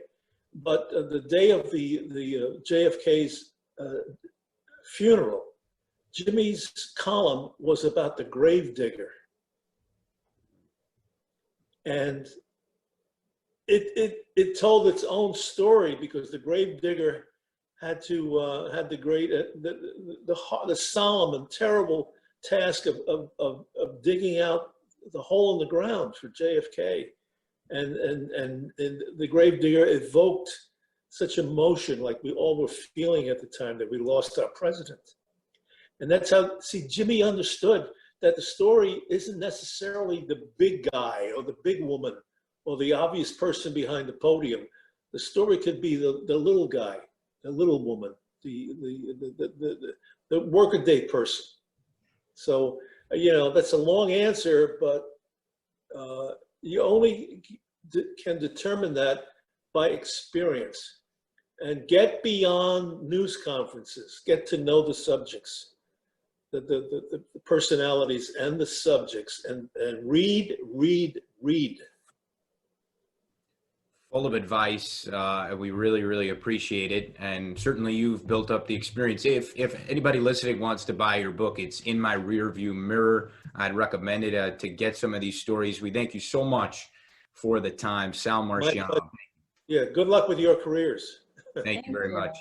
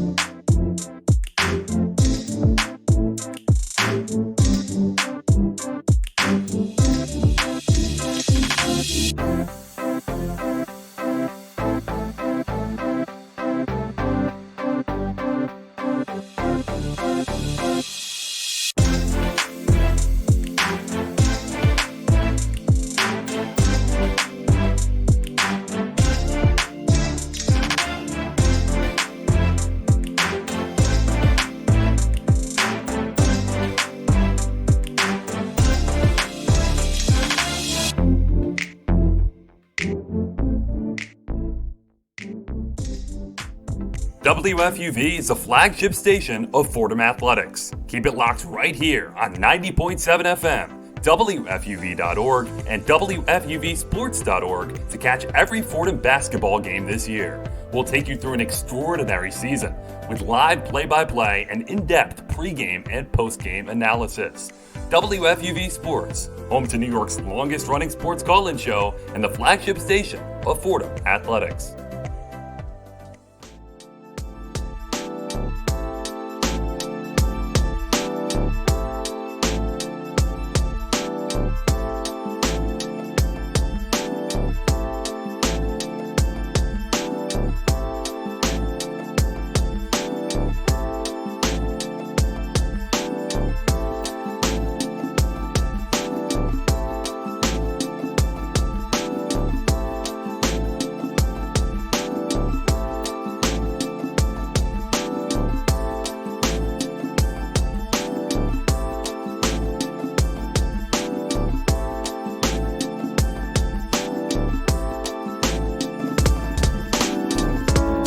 One-on-one, New York's longest-running sports call-in show. It is 12:18 a.m. on this Sunday. We are now in Sunday, February 14th, Valentine's Day, officially here.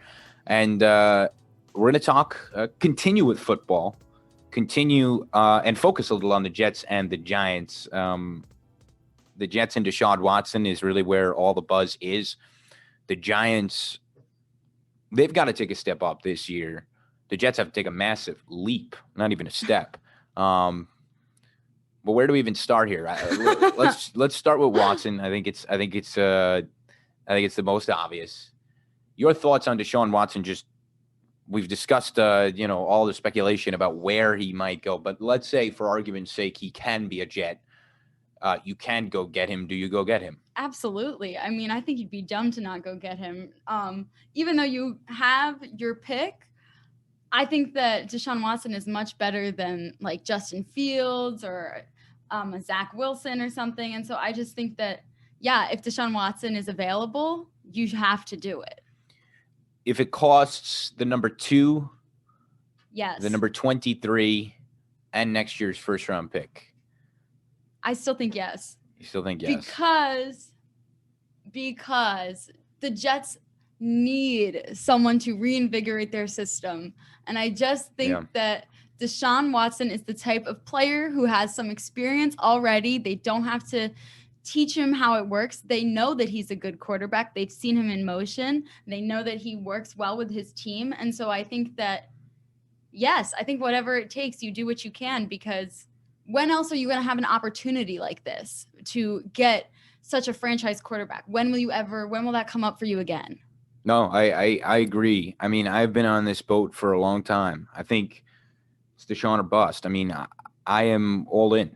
I'm all in. I think you go get him.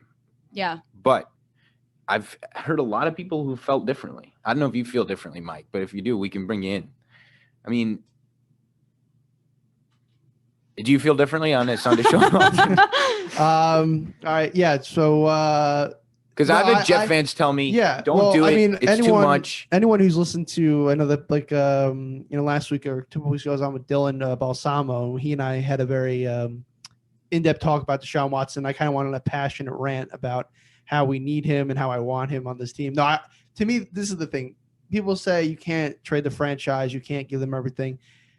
This is a top 5 quarterback in this league. And the Jets have now had a top 5 quarterback in the league, arguably since Joe Namath, who, right. And I love Joe Namath. I mean, if I can meet one celebrity and have dinner with one celebrity, it might be him. But even then, I think history tends to overrate Joe Namath at times.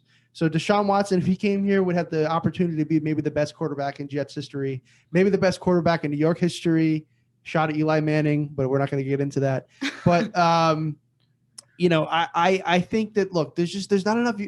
Do I want to give up Quinn Williams and Mekhi Becton? No. But this is the thing about a draft pick. It's a lottery ticket. You do not know, especially with the Jets drafting history. Right. The Jets, they never hit on draft picks. And when they do, they end up leaving. So they could trade 1 million picks, and honestly, I'd be okay with it. Well, look, I'm on that page. I've been on that page for the longest time. I've said those exact words to some of my friends, and I've been on that page. But let me play devil's advocate, because you guys are both on that side. So we can't have a show where all 3 of us agree and we just sing kumbaya, go give up the farm. Let me give you this idea. You trade 3 first-round picks. What could that be? That could be an outside linebacker. Yeah.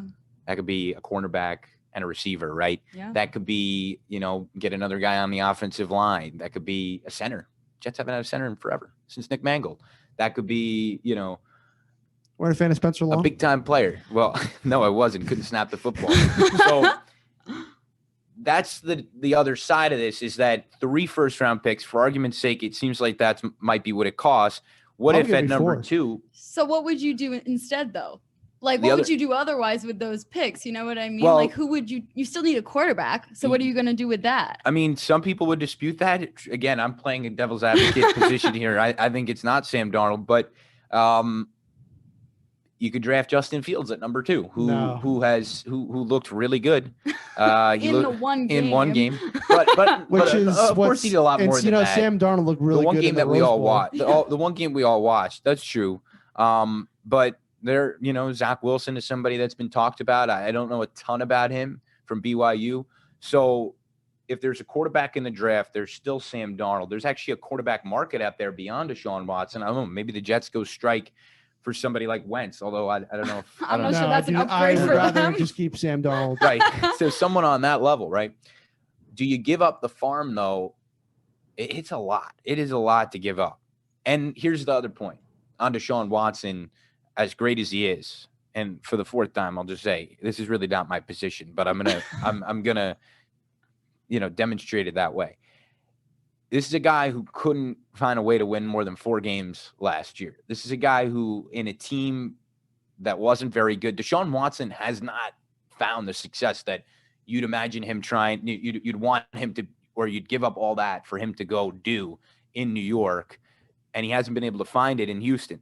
What does that say about him? Does he have all the tools and have all the skills, but he doesn't have that Brady quality of being able to put together wins? He's got the pure talent, but hasn't been able to get a lot of wins in Houston. I mean, look, how do you explain that? I mean, look, this season was bad, but I think this season could be. You could throw a lot of things. Talk about COVID. There wasn't a lot of in-person meetings. There wasn't time to. Everybody gel. had COVID. Everybody. But this is the point. The point is that. There are excuses for this. This is one season in the NFL. Deshaun Watson, let's not forget, last year, the Texans were obliterating the eventual Super Bowl champion Kansas City Chiefs they were, just a few plays away. Was that the divisional round? It wasn't the championship game, right? No, they did not go to the championship. Yeah, it was not. So but if not for Bill O'Brien's, poor coaching and, some bad defense by the Texans, who knows what would have happened? Deshaun Watson, look, there's a reason why Tom Brady won the Super Bowl this year. It's not just because it's him. It's because the Tampa Bay is an amazing team. So Deshaun Watson can't just come to the Jets and automatically they're going to be a wild card team. And I agree, and Joe, this is the thing. Joe Douglas, as much as I want this trade to happen and as much as I would be fine with giving up, draft capital, Joe Douglas, based on his track record and the fact that he is a college expert, if you want to call it that, the guy who prioritizes the draft, the guy that delves deep into tape, from his experiences with Baltimore. If you look at Baltimore as a template for Joe Douglas' strategy with, let's say Ozzie Newsome is kind of like Joe Douglas. Ozzie Newsome wouldn't trade all his picks, so I don't think Joe Douglas would. Right. If it's somebody who you think is going to be able to turn it around in terms of what the Jets have been able to do in drafts, and we like his first pick in Mekhi Becton, and then he's finally got a chance to draft at the top and draft a lot, and you take that away from him. I like your point, Chris. I see your point, and I'm understanding it, and I like it. Because Deshaun didn't really do much with his Texans team last year, right? And so what we're saying, who's to say he's going to do much with the Jets? If you put Deshaun Watson with Adam Gase, how many games does he win? Sam won 2, right? Yeah. What do you think? Do you think he wins? Well, I mean, Peyton Manning, won a Super Bowl. Oh, no, Adam Gase left by that point, but I mean. No, they did win together. He was the offensive coordinator. No. That Gase was gone by that point. I think he was in Chicago by that point, wasn't he? Because remember, that was 2015. I think he won a Super Bowl with Denver. I'm going to look that up. We can check. Fact check that. But in any case, you put Deshaun Watson on last year's Jet team. How many games does he win? Yeah, he was out of Denver by 2014, so he was not on that Super Bowl team.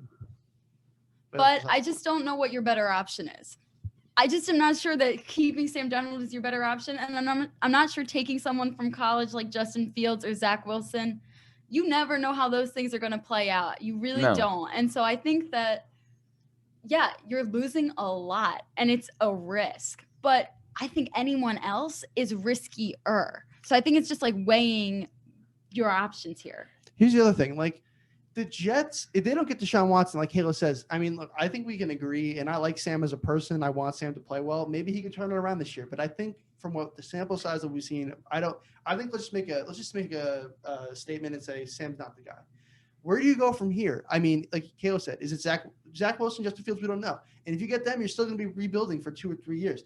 Right. Deshaun Watson just signed an extension. You're going to have him under contract. I think he's under contract for 5 seasons or something? Something like that. So you get him in here. I'm not saying Deshaun's going to want to go through some kind of rebuilding process, but if he came here and you kind of sold him on this plan for the Jets, because here's the thing, you don't get Deshaun, you try to get a rookie quarterback, and let's say that busts, then you're 5 years from now, we're still in the same spot. At least with Deshaun, now we have the quarterback position solidified, and we can start moving forward. If we don't get it, all starts with the quarterback. I know we have to build the team, but if we don't have that, we're going to be that's why the Jets have been in an endless spiral, more or less since Mark Sanchez, because, say what you will about Mark, but, playoff winner. I mean, I think he gets kind of too much hate for the butt fumble, but if we don't well, get, you brought it up. Nobody else did. If we don't get that quarterback, we're just going to continue where we are. And so if that means giving up some picks in the short term, also the Jets, like you said, we're lucky that we have 2 first-round picks each of the next 2 years. Right. So, look, it's a lot to give up. You can't just, be like, I'll give him anything. I don't agree with that. But Sam Darnold is 23 years of age. So I wrote him off this year because I was just fed up. But we all know, those who have observed the Jets, that Adam Gase is just the worst coach ever. Right. Ever. So you have that. And Rich Kotite would like a word. I think Gase just takes the cake. I mean, we didn't see Kotite, but I mean, I think.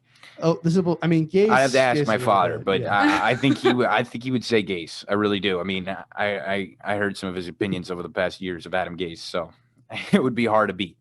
But we're at a 12:30 now in the AM, and let's go to the Giants, because here's the other team in New York, and they win 6 games. They're going to get Saquon Barkley back, which will be big. Daniel Jones, to me, has a lot to prove still to go. I have not been sold on what he's done. And so I want to see what else he has. This, to me, is a make-or-break year for Daniel Jones. It's sort of like the way last year was for Darnold. And Darnold did not meet that task at all. But will Daniel Jones do it this year? This was a Giants team that just wasn't very good. And in a conference that wasn't very good. It was terrible. Yeah. I don't know. I think that I agree. I'm not sold on Daniel Jones. I've heard a lot of comparison to Josh Allen. I think that maybe like this will be like next season will be his like coming out season. And it's going to be like a beautiful like butterfly now or something like that, you know? I'm not sure necessarily that Daniel Jones is the right guy for the Giants, but they have a lot of draft capital. They have good cap space. So I think that they could build him up well in this postseason or offseason. Sorry. Yeah, I mean, this is the thing with Daniel Jones. I mean, we look at his rookie year, and I think a lot of us were impressed. I mean, we did not see this guy coming out of Duke. We did not think he was going to be one of the top quarterbacks. You know, Giant fans gave a lot of grief to Gettleman about, you know, not taking Dwayne Haskins. I mean, regardless of what we think about Daniel Jones, obviously that was the right decision not to take Dwayne Haskins. Right. You know, but look, it's 2 years into the league now. It's hard to judge a guy after only 2 seasons, you know, especially after he had a solid first year. But these are some of the red flags that I noticed about Daniel Jones. Number one, turnovers continue to be an issue. Yeah. This guy cannot hold on to the football. I mean, you know, interceptions, that's decision making. That can be cleaned up a little bit maybe. The fumbles is just something that is just unacceptable as a quarterback. The fact that I understand, look, I'm not someone who's going to want to take a hit from a defensive end in the NFL either, but you got to hold on to the ball. And the other thing is, and I mean, you guys could double check me on this. I'm pretty sure I remember reading this once earlier after the season ended this year, that Daniel Jones as a starter has actually never beaten above 500 team. He has not in his first year, and definitely not this year. He didn't beat an above 500 team, and his rookie year as well, if I'm not mistaken. He only beat teams with losing records. So beat Seattle. No, Colt McCoy was the starter in that game. Yeah, it's true. He did not start that game. So that's not this year, not his first year. So that's a bit of a red flag if you ask me. That should have been when they beat Seattle with Colt McCoy. That I think it was for a lot of people, but that should have been the sign that Seattle wasn't going to do it this year, that they were in trouble. And somehow I didn't get the message on that because I thought Seattle was still going to figure it out playoff time. But that's another point. The Giants draft 11. The Jets draft 2. Who drafts 1? It's Jacksonville. They're going to go get Trevor Lawrence, you know, for all intents and purposes. Is there any scenario where they don't? I don't really think so. I don't think so. Doesn't appear so. I think that they have to. They'd be dumb to not take Trevor Lawrence in that first. The whole thing about the Jets going to get Deshaun Watson becomes different if they don't win those 2 stupid games at the end of the year against Cleveland and the Rams, because if you're in the 1 position, if you're at 1, you draft Trevor Lawrence and you probably don't even have to have this whole conversation. Well, here's a question. If you, let's say, I mean, I don't think Jacksonville's going to do this, but let's say it was the Jets. Because let's just say, for instance, that this idea that Deshaun wants to come to the Jets is true. Would you, and this is just a purely hypothetical situation, let's say the Jets had the number 1 pick. Would you trade the number 1 overall pick at a shot at Trevor Lawrence straight up for Deshaun Watson? Ooh. Yeah, straight up, I would. Yeah. Yeah, I would. I would too. But I would. I don't know. It would require it's a commodity with Deshaun. It would require more though if I had a guess, and then that's where it becomes tough. I mean, how far off is the 2 from the 1? That's asking the question of how far off is Lawrence from Fields, and I think it's pretty far. I think that's a pretty significant drop off. But how far off, like, is Lawrence from Watson would be like in your hypothetical scenario? That's the thing. I think we can all agree that Deshaun Watson right now is a top 5 quarterback in the league, and if he keeps doing what he's doing, he's made the Pro Bowl virtually every year. You know, he has the accolades. If he keeps going this way, he could be a Hall of Fame quarterback. Trevor Lawrence, I mean, the way that people talk about him, he is the names that are brought up are Elway, Manning, and Luck. Those are the 3 that are always compared to him. And if he's that guy, then yeah, he'll have a better career than Deshaun Watson. But the thing is, we don't know. He could be Ryan Leaf if that rings a bell. Yeah, but I mean, the words Hall of Fame and Deshaun Watson don't belong in the same sentence right now. I mean he's 25 years of age. He's been in the league first year was 2017, right? I think so, yeah. I'm not saying that he's a Hall of Famer right now, but the simple fact of the matter is he's playing the way that he does for 10 more years. But that's another risk. You don't know that he'll keep playing the way that he does. If Trevor Lawrence keeps playing the same way that he does. Well, he hasn't played anything yet. I mean, he's an unknown. At least we have some track record with Deshaun. But I'm not saying Deshaun's a Hall of Famer. All I'm saying is that we have a sample size with Deshaun. But again, this is it's not it doesn't matter, but it's fun to think about. Well, other quarterbacks around the league What's happening with Ben Roethlisberger? I think he said he's coming back, right? So he says he's coming back. Yes. But he hasn't talked to the Steelers about it yet, like the Steelers organization. So just because that's what he wants again, it doesn't mean it's what the Steelers want. I don't see where else the Steelers would go, though. I don't think. I mean, it's who else are they going to start? Dwayne Haskins next? That's not a recipe for success. I mean, I think, Pouncey retired this year. Juju is probably going to leave in free agency. They don't. I mean, I like Chase Claypool, but in the backfield, who do you got? You got Benny Snell and James Conner. I mean, I don't think that this team, they were decimated by injuries on the defensive side at least, but I don't look at this team as a Super Bowl winner. So, I mean, if they want to try to give it another shot, I think obviously Big Ben's the only way to go. But the question is, do they think maybe it's just time to move on? They might think it's time. I think so there's an opening potentially there. There's an opening in Indianapolis for sure. Phillip Rivers retires. I mean, I think there's a lot of shuffling to be happened at quarterback. What happens with Dak Prescott? Does Dak Prescott leave the Dallas Cowboys? Would it be in his best interest? Probably, to get out of that situation. Carson Wentz, we think Philadelphia wants to trade him. So those are just some names. And then you've got all the draft guys as well. Yeah, there's a lot of options here for quarterback. I think for Roethlisberger, they said that if he's going to stay, they need to lower his cap. I think he's taking up $30 million. I think he's being paid like $41 million for this season. And that's definitely overrated for him, especially considering last season. So I think that if he does stay with the Steelers, they will be certainly lowering how much they are paying him. And if they can't make a decision on that, then I wonder if he would go, if they would move on from him. Yeah, I mean, going to the Cowboys real quick with Dak, I don't see a scenario. Look, I understand that, obviously he's coming off a major injury.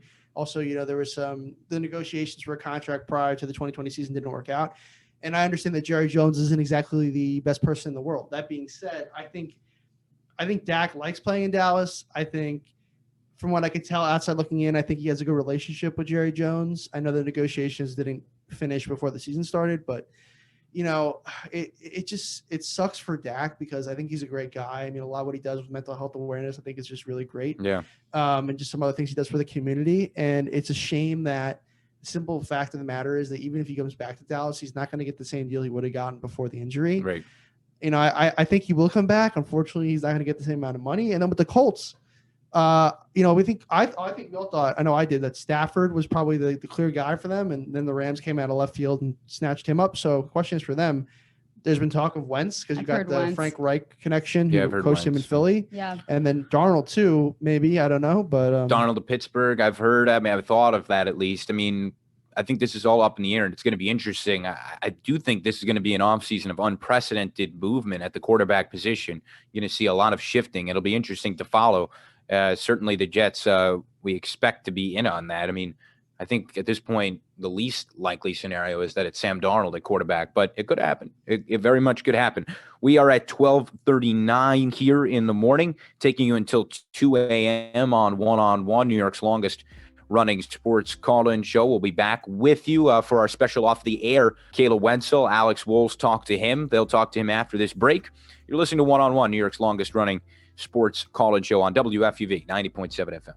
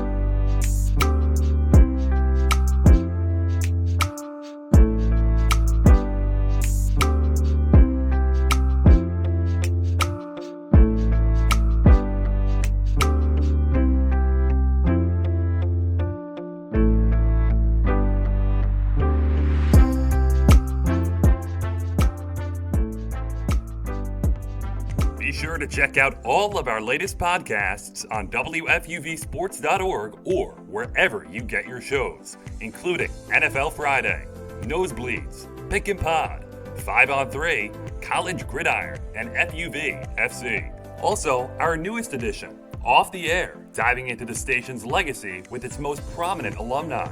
WFUV Sports, home to New York's longest-running sports call-in show and the flagship station of Fordham Athletics.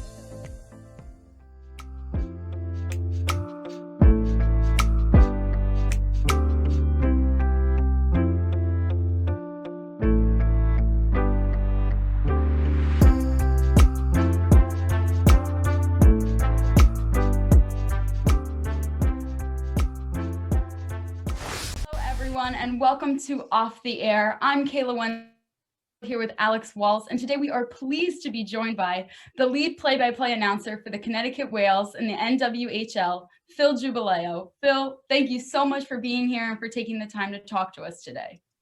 Kayla, Alex, it's great to be aboard with you on Off the Air. I'm very excited to be here. Thanks so much for having me.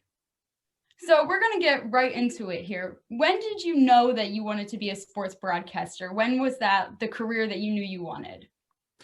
It's interesting. I think I knew as early as high school that I wanted to be involved in sports in some way. Now, for a little known fact, some people know this, some people don't. I was a caller to one-on-one. So this is another reason why I'm really excited to be here. I was a regular caller starting, I would say, my sophomore year in high school. And just like many of the old time callers from back in the 80s and 90s, I had a nickname that I used for on the air. I was Mr. Milwaukee. And I'm not from Milwaukee. I grew up in the Bronx. I grew up in Throgs Neck. Yeah. So it's a rather odd name to have for someone that called the show. But here's how that happened. I was turned on to the show by someone else that was a regular caller, T from the Bronx. I got to know him in a simulation computer baseball league. Yes, back in the 80s, they had computers. And yes, in the 80s, they had simulation baseball games. This one was called Micro League Baseball. And I ended up joining a league that was based on the west side of Manhattan through a newsletter that they used to send. Micro League Baseball was a really popular video game for the Commodore 64, which is what I played it on. And there was a newsletter where you could learn about leagues. And this was an in-person league up on the Upper West Side. And I joined the league, and growing up, and you can see the Mets sign in the background, a big time Mets fan. Unfortunately, the Mets were not available as a team in the league. I joined a little bit late, and I picked the Milwaukee Brewers. So that was for the 1987 season. And that was the team that we were playing with. And T from the Bronx told me, oh, here's a weekend sports call-in show. You would really like it. It's on the station WFUV. And he told me it was on 11 p.m. to 2 a.m. on Saturdays and Sundays. I listened for a few weeks, and then all of a sudden I'm like, I'm going to start calling the show. And that's what I did. And I became Mr. Milwaukee because everybody that called the show, you know, it wasn't like Joe from Rego Park calling the show. It wasn't like Bob in Bensonhurst. It was everyone had a nickname back at that time for some reason. And that's how I got my nickname. That's how I got interested in eventually attending Fordham, because I wanted to be a host of the show and eventually get to that point. And I was happy that I eventually did. So then why hockey? How did you get into hockey? Because Fordham doesn't really have any hockey team or any type of hockey play-by-play that you could have worked with. So how did you get into this sport? It's an interesting story. I had been in broadcasting for a long time before I had an opportunity to call a single hockey game. And that started back in 2003. Before then, I was the sports director for 2 years. My junior and senior year, I was a sports director. This was before Bob Aarons was there kind of overseeing things. It really had Marty as kind of that consultant advisor for us on play-by-play, but otherwise it was entirely student run and student managed. And I was lucky for 2 years to be able to manage the sports department and do a lot of football and basketball play-by-play. I even did a little bit of baseball play-by-play right when I became sports director. The Fordham baseball team at that point played in the ECAC tournament, and the winner of the ECAC tournament would go to the NCAA regionals. And they played them up in Waterbury, Connecticut that year. And all the seniors were gone. They had graduated. That left it up to me. and we went and covered it for a week. And if they made the final, the championship game, they said, okay, you're going to broadcast the games. And a colleague of mine, and the two of us went up there. We stayed for the week. Lo and behold, they made it to the finals against Lemoyne College. They actually won and got to the regionals. And the interesting thing is Charlie Kuchara, he works for MSG now. He's worked there for a million years on Islanders telecasts, was the pitcher that won the game. What makes that interesting is he was also on the WFUV sports staff. He was a one-on-one host, and he was a sophomore or a junior at that point. So it was fun to do that. Anyway, lo and behold, how did I get into hockey? I was out of broadcasting for a couple of years. In the late 90s, I moved to Seattle. I was working in technology, still on the broadcasting side, very early streaming content, streaming audio only through like dial-up measures. It was completely antiquated, but at the time it was cutting edge. But I was out of sportscasting for a while. I eventually ended up in the St. Louis area because of the Seattle.com bubble of around 2000, 2001. And when I got to St. Louis, I was doing database work, just working in tech as a database manager. The opportunity came up for the minor league baseball team in our town, the River City Rascals in O'Fallon, Missouri, which is a pretty sizable St. Louis suburb, to do their play-by-play. And I thought, oh, wow, this would be great. I don't really like database work, and I want to get back into broadcasting. And I was able to get that job. The previous broadcaster had left. I was able to make a connection with the team, and I got the job. So the 2002 season comes and goes, and the 2003 season comes and goes. All of a sudden, a USHL team decides they're going to play in our market. The owner of the baseball team that I worked for was Ken Wilson at the time. Ken Wilson, a very notable name in broadcasting. He was very well tenured in the St. Louis sports market at that point. He had been calling St. Louis Blues games for about 20 years. He followed the late, great Dan Kelly. And K-Dubs was the owner of the Rascals, and he comes up to me and says, how would you like to call hockey? I've never called a hockey game. That was my response to him. Doesn't matter. You're going to be the hockey announcer for this USHL team. Well, how did that happen? Well, Ken decided to farm out our front office to do the sales and marketing for this USHL junior team, which we did not own, but he was able to work a deal out. And as part of that, I was able to get an opportunity to call hockey with zero experience under my belt. And at that point in my life, I had been to approximately one game in person. It was a St. Louis Blues game.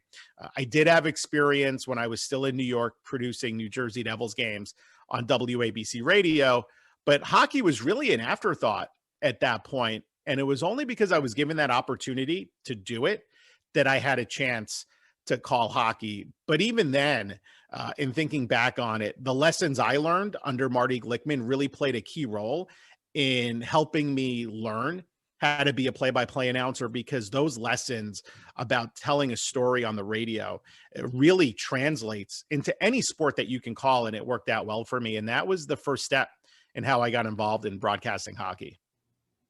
So you talked about how you were in St. Louis and you were working hockey there. How did you kind of get over into the Connecticut Whales and into Quinnipiac hockey? Well, it was a long time before I got to the Whale in the NWHL and the Quinnipiac Bobcats, a whole career of broadcasting hockey. In fact, after I was in St. Louis for 1 year, I went and moved back to the East Coast and worked in the United Hockey League for the Danbury Trashers. And fans tuning in, if you Google the Danbury Trashers, it was an infamous, and I mean infamous team for 2 seasons in the UHL between 2004 and 2006, where I had a chance to call their games. And that was my first taste of pro hockey, to work in that league. And if you Google them, there are numerous fights, because the Trashers were known for dropping the gloves and fighting. You can get sucked into a rabbit hole of simply watching Danbury Trashers fights on YouTube. I highly suggest it. It's entertaining. It's a lot of fun. The hockey itself was fun, even though we played in a tiny little 3,000 seater in Danbury, the Danbury Ice Arena. The 2 seasons that they played in the league were quite impressive for such a short stint. There's a Sports Illustrated short documentary that they put out a few years ago on the team. I am in the video, as well as some of the other people that were involved in the organization. That gives you a little bit of a sense about the Trashers. But the biggest part of my hockey broadcasting career, 9 years, in fact, took place after the Trashers ended, and I was the lead voice of the Bridgeport Sound Tigers in the American Hockey League for 9 years. So basically, hockey's version of AAA. I was their guy. I got to see countless players go right from the Sound Tigers to the National Hockey League. A lot of them are still playing in the NHL. And also during my time there, I got to work as the backup announcer for the New York Islanders. So I've done some NHL games. I've covered some NHL drafts. I've done features on minor league players for MSG. And that's where I got kind of a lot of my exposure as a broadcaster during that time, during those 9 seasons. And then eventually in 2015, my time with the Sound Tigers came to an end. And that's how I was able to hook on with the NWHL with the Connecticut Whale from the very start of the league. At that point, my wife and I had a newborn baby. It was a lot of freelance work on the side to work Sound Tigers games and also deal with a small infant. So I took the step back, still wanted to keep my hand in hockey. And at that point, it was great because the Whale played a very short season. So I was able to still do some games on the side and be involved.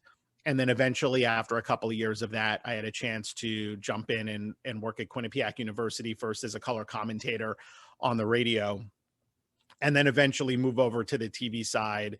And now I'm in my second season covering men's play-by-play on ESPN Plus, and my third year with the women's program doing all of their play-by-play as well on ESPN Plus. You talk about the Danbury Trashers. I'll tell you, anytime a logo is a trash can, you're in for a good time. So I think that's a good team right there. Absolutely. It was interesting because the team was announced on April Fool's Day in 2004. So a lot of people initially thought that it was a joke. The owner of the team, James Galante, owned numerous garbage companies in Western Connecticut, in Danbury. And folks that are watching or listening tonight on WFUV, when you Google it, because you have to, it's a must. It's your homework assignment to Google the Danbury Trashers. You'll learn a little bit more if you're not already very familiar with them. It obviously makes a lot of sense. And one of their first signings happened to be Brent Gretzky, Wayne's brother, was one of the first signings of the team. So they were very serious about it. And Brent Gretzky, who never, by the way, had much of an NHL career except for a handful of games, was a legendary and prolific minor league hockey scorer, where I think one season he had, close to 200 points in the minor leagues. So he was very good, just not Wayne. He was half of Wayne. That's why he wore number 49 as a player instead of 99. But they were serious about it. And I was able to work out a chance to interview with Jimmy through the UHL League office, which happened to be in the next town over from where I was living in suburban St. Louis at the time. And I flew out to Danbury during the Frontier League Baseball All-Star break and interview with Jimmy, and was able to get the job and then start that fall. And that's really what was the springboard for my hockey career at that point, after just doing 1 year of junior, getting thrown in it, being able to get right to the pro ranks, at a time where it was still fairly competitive because there weren't as many opportunities to do hockey and not as many, locations. Now with streaming, everyone can broadcast rather easily. So it was still pretty competitive to kind of get that foothold and get your foot in the door. So I was really fortunate at that point. And I do want to ask about the Connecticut Whale, though, because you mentioned that you went there in 2015, and that was the start of the NWHL, and it's a relatively new league, and it's been growing, though. It's expansion league, started with a few teams, now have a few more. So you mentioned a little bit about what brought you to the league, but I'm just curious, how has it been for you getting involved in this sport and seeing it grow over these first few seasons here? It's been great. The first game I called was back in the fall of 2015 at Chelsea Piers in Stamford. And it was great because it was a standing room sellout. It was the Whale and at the time, the New York Riveters. I signed on with the league probably 2 or 3 weeks before the first game was actually played. And until the week of the game, they knew they wanted to broadcast. They had no idea where they were going to broadcast it, how it was going to be broadcast. They wanted to do video. The league had no equipment to do video. The very first game, and you can find it on YouTube, they went out and bought a consumer grade camcorder several days from a Best Buy before the game. I hooked up, I had my own audio gear to broadcast remote. I hooked it up to the camera. They found a way somehow to get this thing onto YouTube. And that was the very first game. I mean, it was the exact definition of do it yourself.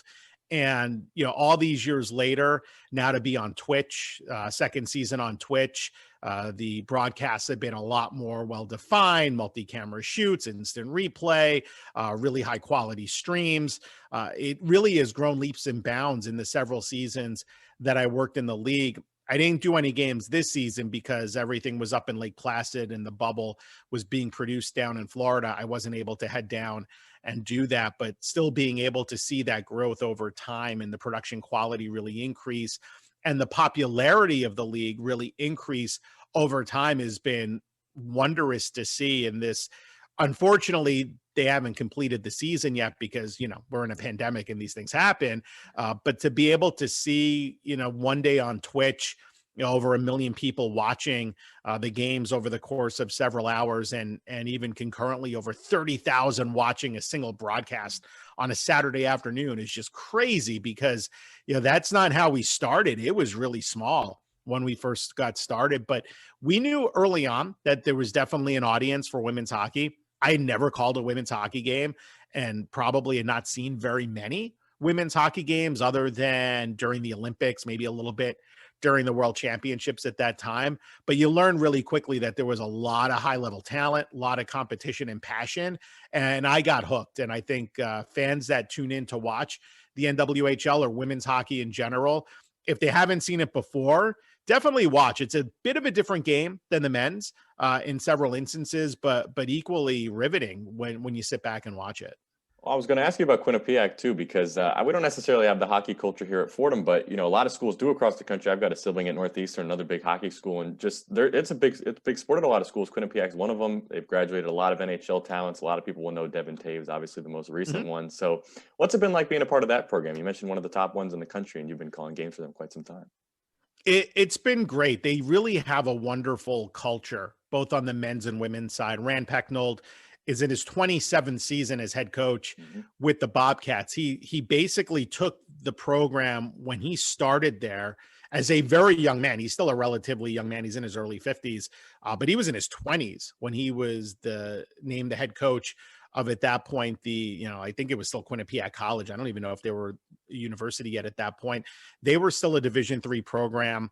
I think his office was like a broom closet. It's one of those really those stories that you hear where someone literally starts a program from scratch, and Rand did that. He took that program from Division III to Division I, and within a few short years ended up in Atlantic Hockey and then in ECAC, and has built sort of a regional powerhouse in the state. It's certainly the prolific team in the state of Connecticut. UConn's a relatively new program. They're starting to grow a little bit. But when it comes to hockey within the state of Connecticut in college hockey, Quinnipiac is really where it's at for both the men's and women's programs. And we play in a great building, the People's United Center up at Quinnipiac. It's a really interesting setup for how the campus arena is set up. There's actually two buildings. It's one building with two different arenas. There's an ice hockey only arena, and then on the other side of it is a basketball only arena, so they don't have to share. And each one holds about like 3,000, 3,100. And the men's program sells out every single game. I mean, when there are fans allowed into hockey games, they are a consistent sellout. The students, really bring it. They have a great atmosphere. When you have Quinnipiac playing Yale, which is right up the road in New Haven, Hamden's one town over, or if they're playing Cornell, which is a big Ivy League conference opponent, the building's absolutely rocking. It's just such an amazing college hockey atmosphere. A lot of fun to sit in that building and hear a roaring crowd and to get on the headset and call a game. And just, it just it's one of those things that makes the hair on the back of your neck stand up. And it's just a really exciting atmosphere. And the women's program too, they don't sell out their games, but they do have a loyal following, and the program is really good. They've been on the upswing. They had a 20-win season last year. They're 7-3 this season. They play a really nice, fast, up-tempo game where all 5 players get involved and they score a lot of goals. They still may be near the top right now in NCAA women's hockey in terms of goals per game. And just really being a part of that culture and being able to get back into college athletics. I had worked in pro for so many years, and in the American Hockey League, things really changed. When I started in the NHL in 2006, it was still very much an old time hockey where you had a lot of physical play and the tough guys were still very big, especially with the Sound Tigers, where there were a lot of fights, and I love it. I mean, I don't get me wrong. I love fights in hockey. It's not part of the college game, but over time, the AHL really changed and it became more so of a development league and getting players ready for the National Hockey League. And winning is secondary. Winning is nice, but it's not the be all and end all for most American Hockey League teams, particularly with the New York Islanders organization. It wasn't about wins and losses for them. That's the great thing of working in college hockey, because it really is about wins and losses. You want to develop players, and if they get to the next level and play pro, that's fantastic. But at the end of the day, it's about, winning as many games as you can and getting into the NCAA tournament. So it really is that atmosphere where, the hockey culture is about icing a winning team. And that's really what I want to be part of. Everyone, that is Phil Giubileo. Phil, thank you so much for being here and for sharing your experiences with us. We have really appreciated it. Thank you so much. It's been a blast. Thanks, Phil.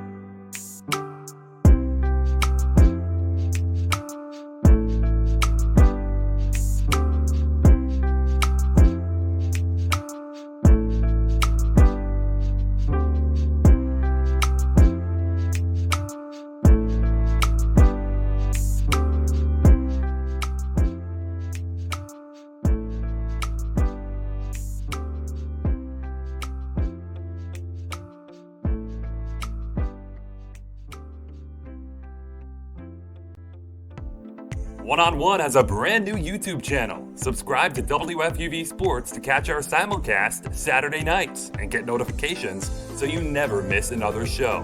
Miss the show? You can find on-demand segments, interviews, and highlights every week.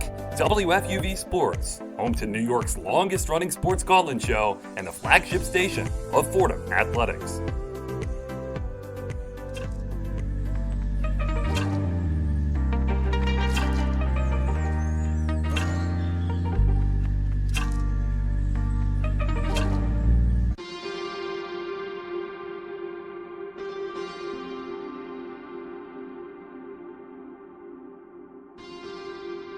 It's WFUV and WFUV HD, New York. Listener-supported public media from Fordham, the Jesuit University of New York. Right here on 90.7 FM, WFUV.org, and WFUVsports.org. This is One on One, New York's longest-running sports call-in show on 90.7 FM, WFUV.org, and WFUVsports.org.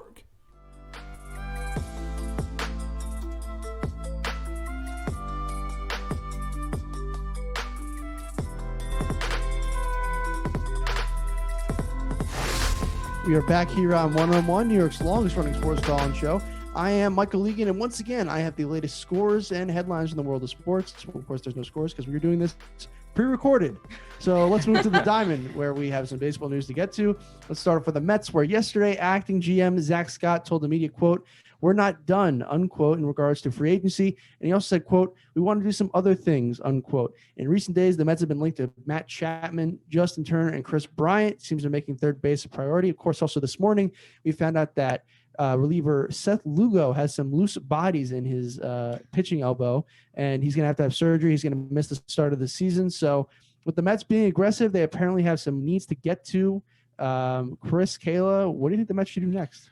Well, I'll start on Lugo. I think it's a huge loss. I think it's a huge hit for them. I mean, this is a guy who gave you some really good innings and just versatile, right? Could even stretch him out to start. Someone who's been consistently there. So I think it's a huge loss. And for all intents and purposes, seems like he'll be out until May or later, probably the summer. So that's a big loss. And the Mets could use help in the starting rotation too. I think it's a little interesting that we've heard about 3 third basemen now. You mentioned them, and Turner would be really interesting. He's a great player. So is Chapman and Bryant. Even though Bryant had a terrible year, the challenge there is the money, right? Because they don't want to hit that luxury tax. They want to extend Lindor. They want to extend Conforto. So I'm not sure how the money's working out here. But to me, pitching would be more of a priority than somebody like that. Although certainly wouldn't complain if they picked up Justin Turner or Chapman or Bryant. Yeah, I think it's interesting that you bring up the luxury tax, though, because I think that when the Mets were interested in Trevor Bauer, it kind of showed that they don't really care that much about the luxury tax, that they are willing to go over that. So I'm not sure necessarily that money for them is like quite a big concern at this moment. Like, I think that they're willing to take the luxury tax hit. I do think it's interesting, though, like you said, that they are only going for infield right now. I guess they're really trying to work on their hitting power instead of their pitching. But I don't know. I think that now that Seth Lugo has he will be out. I think they said like 6 weeks, maybe. It'll be 6 weeks till he starts like a throwing program, and it's going to probably be another 6 weeks for him to be back to full action. So, right. Okay, so looking at a while. It's going to be a while. So they need probably someone to take his spot. I mean, they did get Trevor May and Aaron Loop, so they have definitely fortified the bullpen a little bit, but it would probably be better to have one more. Yeah, I mean, I would say that first off, definitely, I think before we obviously heard the Lugo news, I think the priorities for the Mets, first off, I was a little surprised that they made third base such a priority. I welcome it. I think it's a good idea. I think it was Anthony DeComo or Steve Gelbs, I don't remember who, but they tweeted something along the lines of, how did we go from being, wow, J.D. Davis is one of the best hitters on the Mets and can play a little bit of third base, to we have to get rid of him. I think that J.D. Davis, I know he didn't have a great 2020, but, this goes for saying Bauer being great or saying someone was bad last year. It was 60 games. I mean, that's barely a third of the season. A little over, excuse me, a regular season. So I really think we have to kind of step back and not overly evaluate players based on a 60-game season. So, I mean, that being said, I would like the Mets to go after a third baseman. I think Matt Chapman would be really interesting. The question is with the A's, he's under control for a few years. You're going to have to go up a decent amount. And I know the Mets were trying to replenish the farm system. With Chris Bryant, I'm very intrigued by that. The question is, I know he's making a decent amount of money this year. Maybe they can do some kind of salary exchange, which like, we'll take him off your hands. We'll give you Familia, something like that. But now with Lugo out, maybe you need Familia. I'm not a Familia guy, but and then in terms of a reliever, I wouldn't want to subtract from the bullpen, though. Yeah, in terms of, and then just in terms of a reliever, Trevor Rosenthal is still out there. Maybe bring back Justin Wilson, a starter. I know they were talking to Arrieta. I think Paxton. He's back with the Cubs. I know he is. Yeah. But so he's off the table. But Paxton, is he someone that they would consider signing? I know they've been linked to him, so I don't know. A lot of options out there. I don't mind the idea of getting another bat, getting another piece, and just creating a very potent lineup and becoming almost an offensive first team. And the Mets have almost moved in that direction. But it would make more sense to go for an outfield bat, right? I mean, somebody who could play center field. I think Jackie Bradley Jr. was a really good idea. It just doesn't seem like they're looking for outfielders.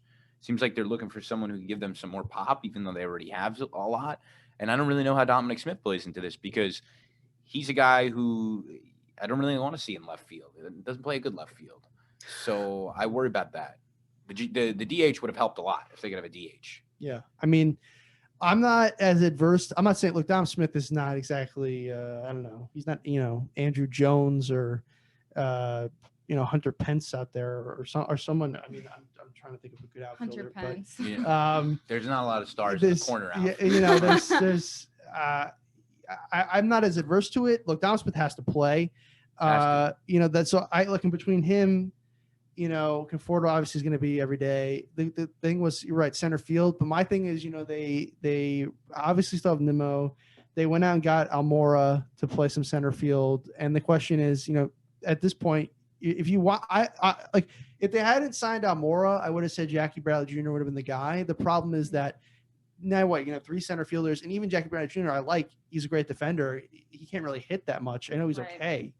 I think that the Mets, I would target, if I were the Mets, Paxton, as just because he's pitched in New York. I know he has injury issues, but when he was healthy with the Yankees, he was a good pitcher, especially in the playoffs. And, I think that I like the rotation, but the simple fact of the matter is you have DeGrom, obviously he's your ace. You're bringing back Stroman.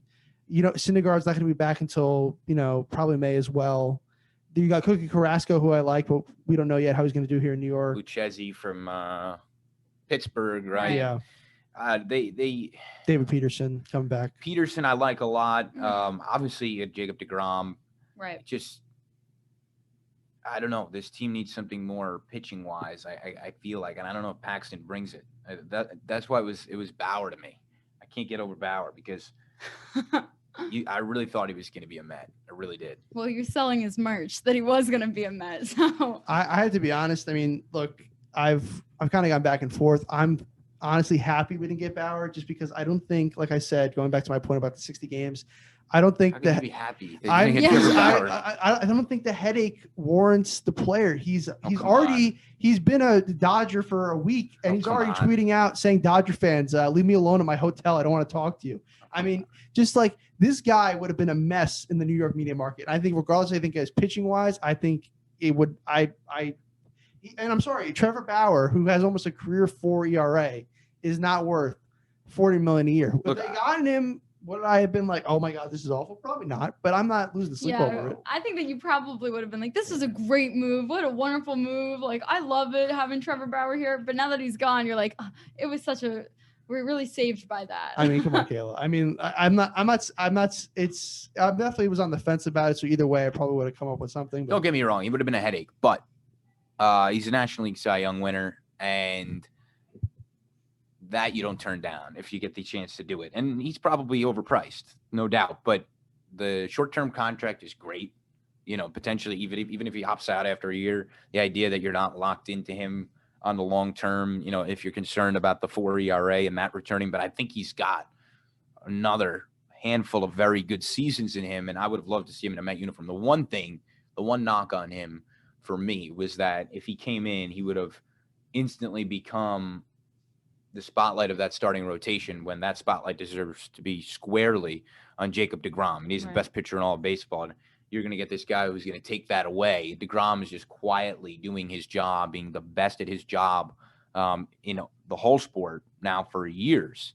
And this guy has got he doesn't say anything. He is just, you couldn't ask for a better franchise player than Jacob DeGrom, because he just does his job. And Trevor Bauer does bring along a whole thing. And look, I'd be willing to take it if it meant I could get an NL Cy Young winner to pair up with Jake DeGrom. Mm-hmm. But DeGrom is still the guy no matter what. And that's maybe the one silver lining here, is that he is absolutely the heart and soul of this rotation. He better get some wins this year. Yeah, I mean, with the Cy Young, well, first off, I mean, obviously he's just coming off of Cy Young, but as we know, just because you win the Cy Young one time doesn't mean you're going to be a great pitcher for years to come. I mean, Rick Porcello, R.A. Dickey. I mean, obviously the Cy Young goes to great pitchers, and you bring the counterpoint of all the great ones that have won it, but I don't know. But if I were the Mets, I would have gone after George Springer. But look, it's all hearsay now. We can't change the past. But obviously we got some more news in baseball right now, guys. So on Tuesday, Major League Baseball announced its official plans for the 2021 season. It's going to start on April 1st. There will be a normal travel schedule, so we're not going to have any of those close divisions playing each other. Right. Teams will play 162 games this year, and then we're still going to have the 7-inning doubleheaders with the runner on second base, also in extra inning games. And those rules are going to remain for the 2021 season. And there will be no universal DH. I know, Chris, you mentioned that earlier. And the league will once again be instituting strict health and safety guidelines. So, of course, lots of masks, a lot of social distancing. A lot of activities are prohibited because they're too risky. So any of these rules or changes stick out to you guys? Yeah, I think that, the no DH is definitely something that sticks out. I'm not necessarily sure that I'm for a universal DH. Like, I don't know. I've never, I guess, experienced it that much with the Phillies. So I just have been accustomed to being without a DH, and I kind of like that element of a pitcher hitting. But I understand that for safety guidelines, they were interested in stating it for this year. But like, to me, a lot of people have problems with that, and maybe I have more of a traditionalist view of how the game of baseball should be played, but I like the no DH, and I don't like extra innings having someone start on second base. I just think that that's like little league, like T-ball, I don't know, like mercy rule, we're starting it a little later. I don't know, I feel like that adds, I think it takes away from the game. I don't actually think it adds anything. I think that it kind of messes with the flow of extra innings. Same thing with the 7-inning doubleheader, where it just really doesn't sit right with me. The designated hitter, for my selfish interests as a Met fan, no team could use the designated hitter more than the Mets, who have a huge problem at first base, but good problem. But they've got two great first basemen, Pete Alonso and Dom Smith, so it would have solved that for us. So that was my interest in the designated hitter. Otherwise, I've never been a big fan of the designated hitter, so I've felt myself change there, but only for selfish reasons.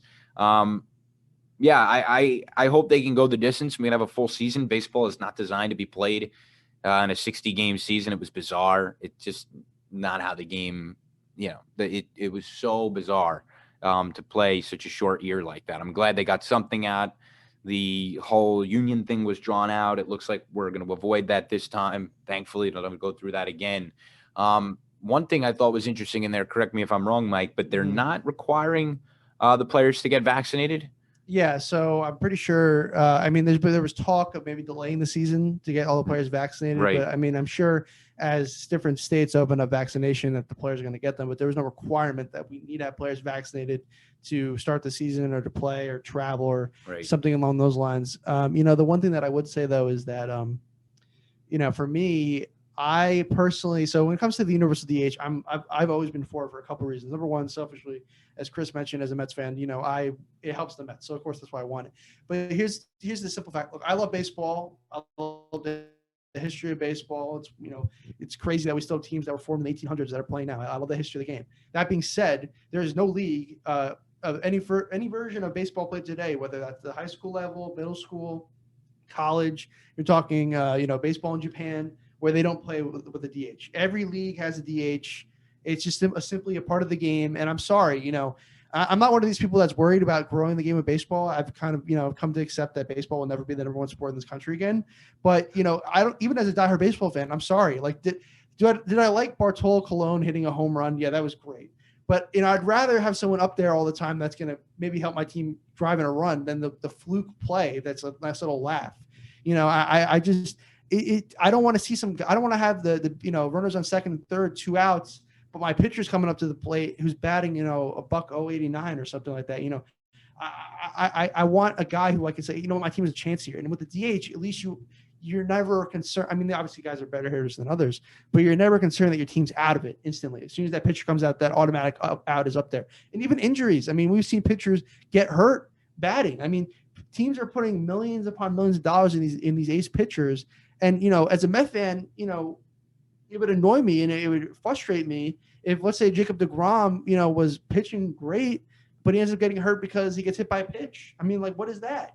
I just, to me, there's no downside to the universal DH. And what also doesn't make sense is apparently both sides wanted it. So I don't understand why it wasn't implemented. I don't understand either. I frankly have no idea. Why the DH isn't happening. We just did it in the National League. So why it's leaving, I'm not really sure. It's just one of those things that feels like a matter of time. Like, it's going to come to the National League. It's just a matter of when. And I don't know why the decision was made to push it back and not make it happen now. Doesn't make much sense. I think there's like two different sides of camp for baseball in general. There's a very traditionalist point of view, and then there's like a younger sort of millennial point of view of how baseball should be. And baseball is too long, and it's not really something. I know most of my friends find baseball boring and they don't watch the games. And so from a marketing campaign, I suppose, maybe having a DH would make it more interesting, because then there would be more potential for home runs, faster games, perhaps, instead of just watching someone get walked or strike out. You know what I mean? So I understand that, and I understand that in a trying to keep the game relevant, it seems like that is the way it's going to go. But at the same time, the traditionalist in me, I like the kind of the unpredictability of it. So if your pitcher gets hurt batting, then your pitcher gets hurt batting. Like, that's part of the game. You know what I mean? I feel like they don't just get saved because they're the pitcher, so they can't get hurt doing other things. I just feel like that kind of unpredictability adds depth to baseball. I mean, I would say that, I love tradition games too, but, in the NFL, people don't play linebacker and offensive lineman, like they did in the 1950s. I mean, rules can evolve over time. We do things to mitigate injury. And, I just feel that, we want to keep, what's going to keep a team and a fan more invested. If you're a Met fan, you're going to be more invested when your ace is still dealing down the stretch versus, he broke his elbow because he got hit by a Aroldis Chapman fastball trying to bunt. It's just how often does that happen? It's only a handful it's not even just that. The idea that that having a DH is going to draw in more fans. I'm sorry. I don't know a single person who was like, "Oh, I'm not watching baseball," but now that pitchers aren't batting anymore, I'm going to start watching. Yeah. People just need to accept. I think MLB, and look, it's money. So of course MLB wants to make as much money as they can. MLB needs to accept that this is not 1955 anymore. People don't, love baseball like they once did. NFL is supreme. NBA is probably the number 2 sport in this country.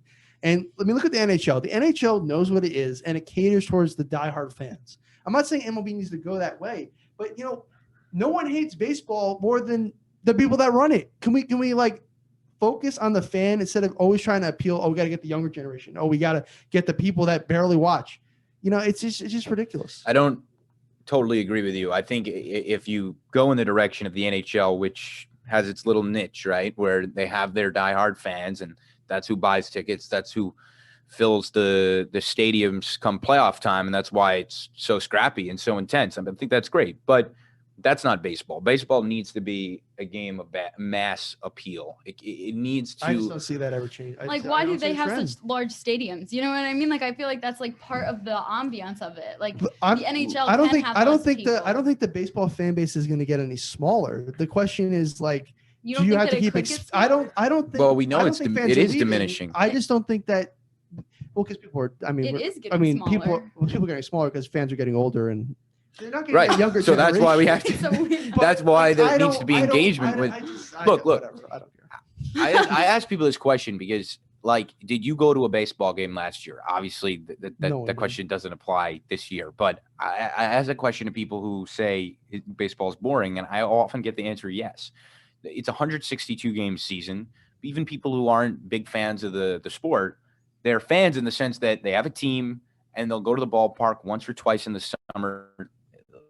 Let's not deny it. There's nothing better than going to the ballpark in the summer. I don't care if you're not you don't like the pitcher's hit or you're not a fan of watching somebody get walked and, it's just not so exciting for you. But going to the ballpark, summertime, there's no better energy. And so people go. This is a game of mass appeal. It's different from football. Go to a football game. It's like, you can't miss a snap. It's like, we're 10 and 5 right now. We're trying to make a playoff run.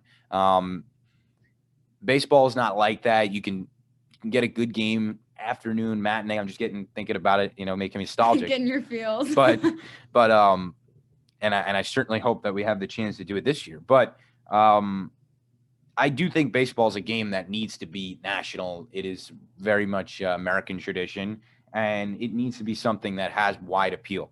So the game is having the right conversations when they're saying, how do we get fans involved? I do think young fans involved. I do think that's the right conversation. How do you do it? Different question. Do you compromise? Do you change the nature of the game? No, you can't do that. It can't be, I don't believe in a pitch clock. Right. Baseball is not on a timer. That's part of why you have that energy.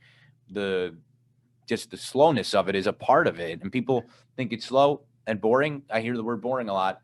I think watching a basketball game is boring. So I come from the opposite perspective. I can't watching the first half of a basketball game for me is very difficult.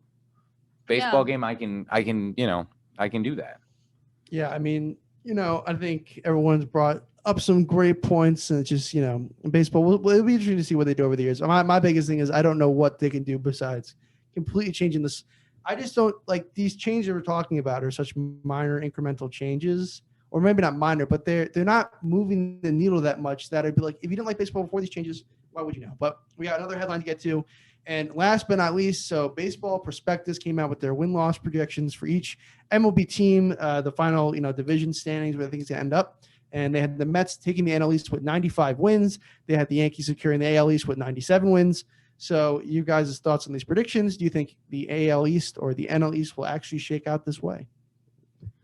I don't know.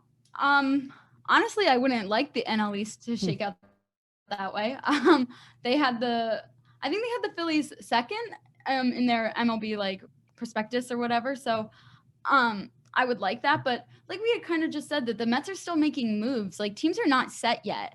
And so I think that it's a little preemptive to say already, oh, the Mets will be the winners of the NL East. And like the NL East is such a good division. I think it is the hardest conference or division in baseball right now. And so I think that for me, it's hard for me to say clear cut right now that, yep, it's the Mets. They're going to take the most games because I feel like there are so many teams there that compete. I mean, the Braves just acquired so many people. They have such a great lineup. I think they have one of the best batting trios right now.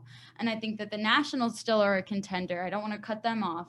The only one I would write off in that division is the Marlins probably. But I think that all of them they bring something different. And so I don't know necessarily that it will be the Mets who come out on top. Yeah, I mean, I think it is the Mets. I think I'm picking them. I'm absolutely picking them. I'm picking the Yankees in the American League East. So I think I'd be curious to know what prospectus gave the Mets last year, but the Mets have been a team that on paper should have been good for the last 3 years, and they just haven't been. So this is the year where, again, we're talking about the Mets being good. And I've said this, and I've been at FUV for 4 years now, and I've said it for 4 years over these airwaves. The Mets have got to be good this year. They should be good this year. And they've let me down each year. This year, I think, is different. In the past years, I had no reason to say it was different. This time, it actually is. This is different. There's a new owner. There's new blood in there. And you bring Alderson back.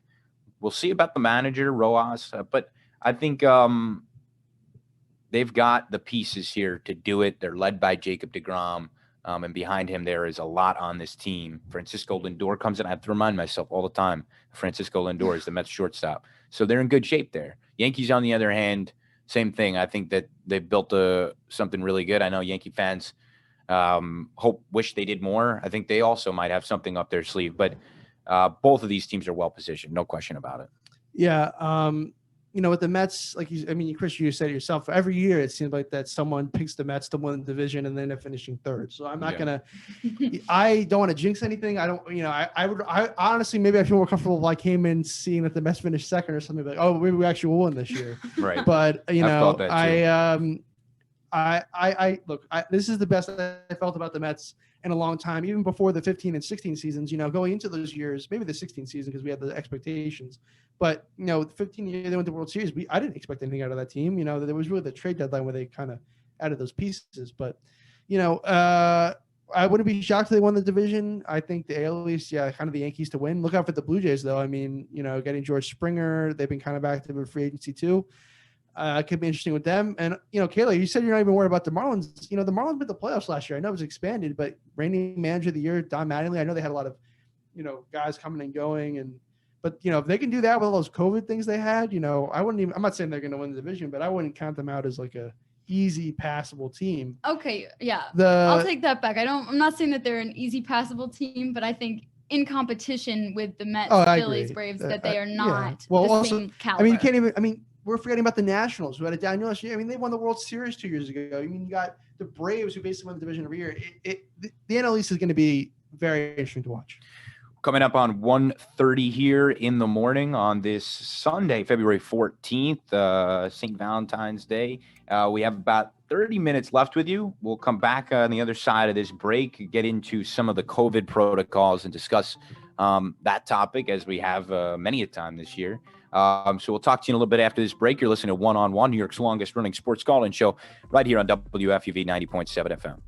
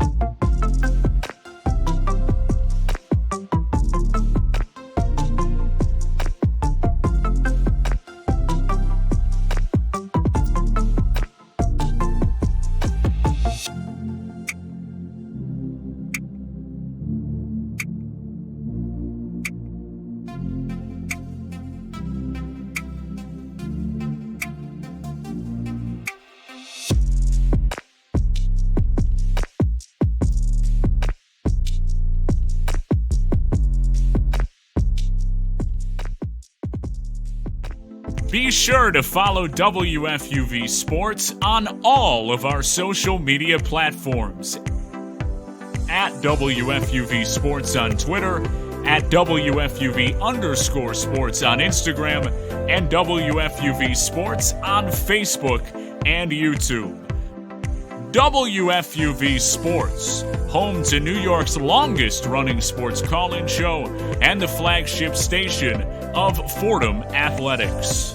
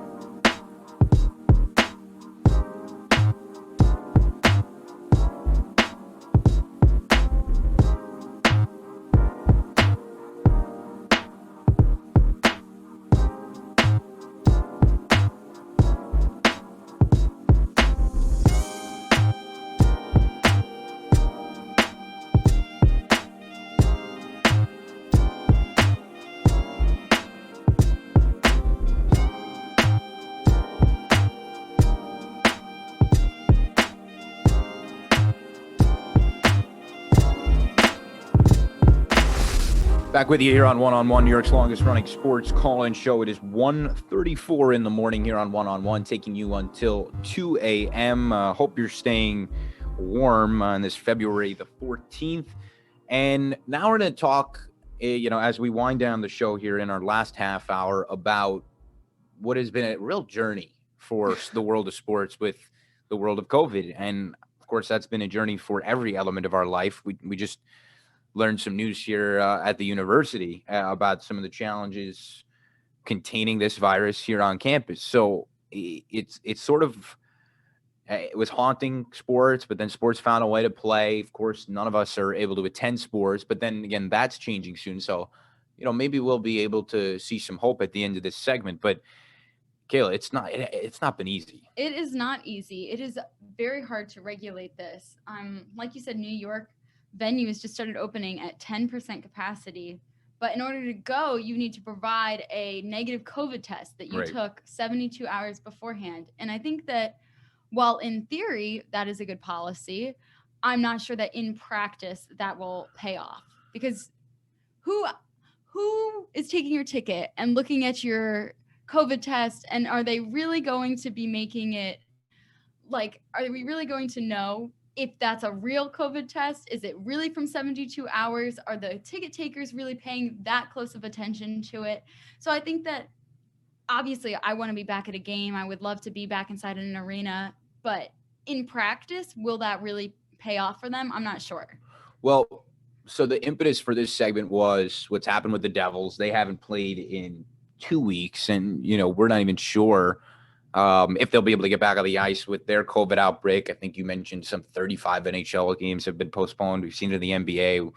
The NFL somehow found a way to march through the entire season, and there might have been a degree of looking the other way there. But nobody really complained because everybody wanted to watch football, and it was almost a necessity, right, for our society to watch football. Like, at a certain point, you're thinking to yourself, yes, people are going to get sick, but if this country, if people in this country don't have football, it's unthinkable. And so all of these leagues have found a way to do it without fans.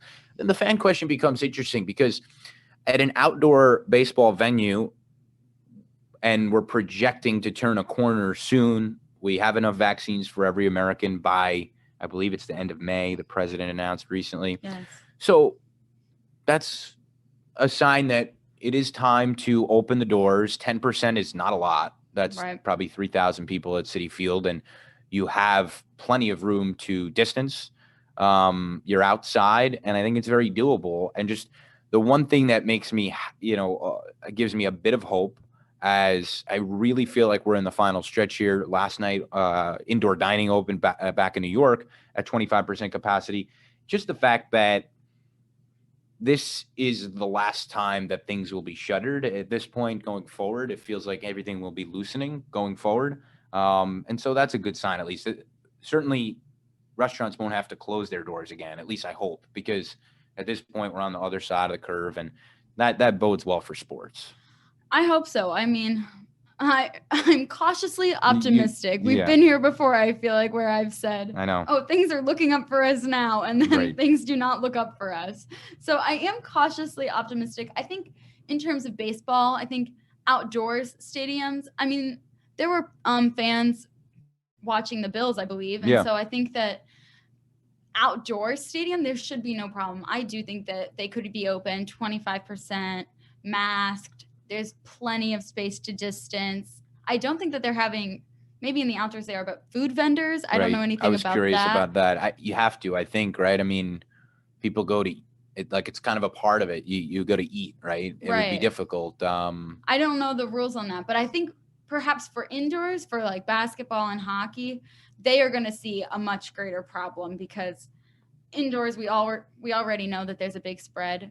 But I think that probably the greatest risk is the players on the field, not necessarily having a couple of fans in your seats with masks on. Right. I mean, the players on the field, we've seen obviously numerous cases among athletes that we know, and luckily nobody's gotten, too sick. These are normally healthy young people.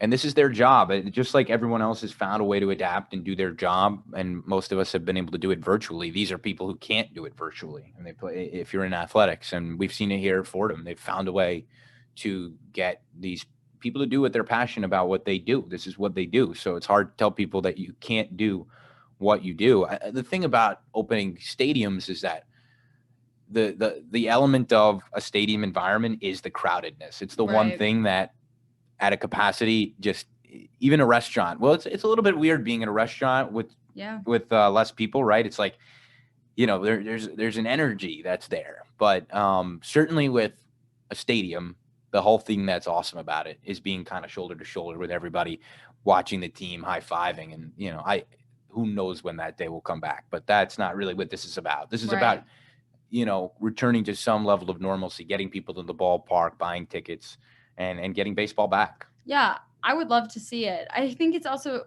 interesting with the NHL that we've said that they're having such a hard time right now, 35 games postponed. And correct me if I'm wrong, but I thought that they had a really successful last year's season. I thought that they had a really good bubble, and that they were super successful in diminishing their COVID spread. And so I think it's interesting, and I don't know what is different about their policies this year, but I think it's interesting that they have come back and they have had so many cases and that have really affected tons of teams. It's just inevitable, and it's become the new normal, right? I mean, that's just what it's become. I hate saying that. I know. The new normal. I don't like it. What happened to my old normal, I know, but the timeline for this has just changed constantly. I mean, I feel so naive for what I used to think. Like, I don't think that I ever realized that we'd still be in this in February of this year. Yeah, we're coming back on our 1-year anniversary, really, of being kicked out of Fordham. And I'm going to be scared for that day because, as you said, we had some news that Fordham has over 100 cases. And so we don't really know what comes with that. So it's scary again to enter another March. And I'm still dealing with last March. I know. It does feel like a year that was just erased from history a little bit. Yeah. I don't want to get too sorrowful on especially because we're all feeling this, but maybe it helps to know that not a single person has been spared from these feelings. I mean, my anniversary will be March 5th, which was the day that I had to fly home from Italy. I was in Italy when this all happened, and that was just a surreal experience being on that flight. I couldn't believe it. Oh, and Italy, didn't it like start in Italy? Yes, Well, like, yes. Italy was hit first. Yes. So there was a lot of fear there. And oh my so gosh. got on pretty much the first flight. But no need to go down that. Watch a sad show. No need for that. We'll stick to sports here as we try to do. We're coming up on 1:42 here, and we will hit a quick break. We'll come back to Mixed Bag with Mike Legan to wrap it up with a little bit of a fun segment. We could use the uplifting energy after the segment that I always dread doing, and we've had to do a number of times, just talking about COVID and the developments across the leagues. But they found a way to live with it and sort of live beside it. And hopefully we'll be back in ballparks and stadiums this spring. But we'll leave it there. You're listening to One on One, New York's longest running sports call-in show with Kayla Wenzel. I'm Chris Baccia. We'll be back with Mike Legan. You're listening to WFUV 90.7 FM.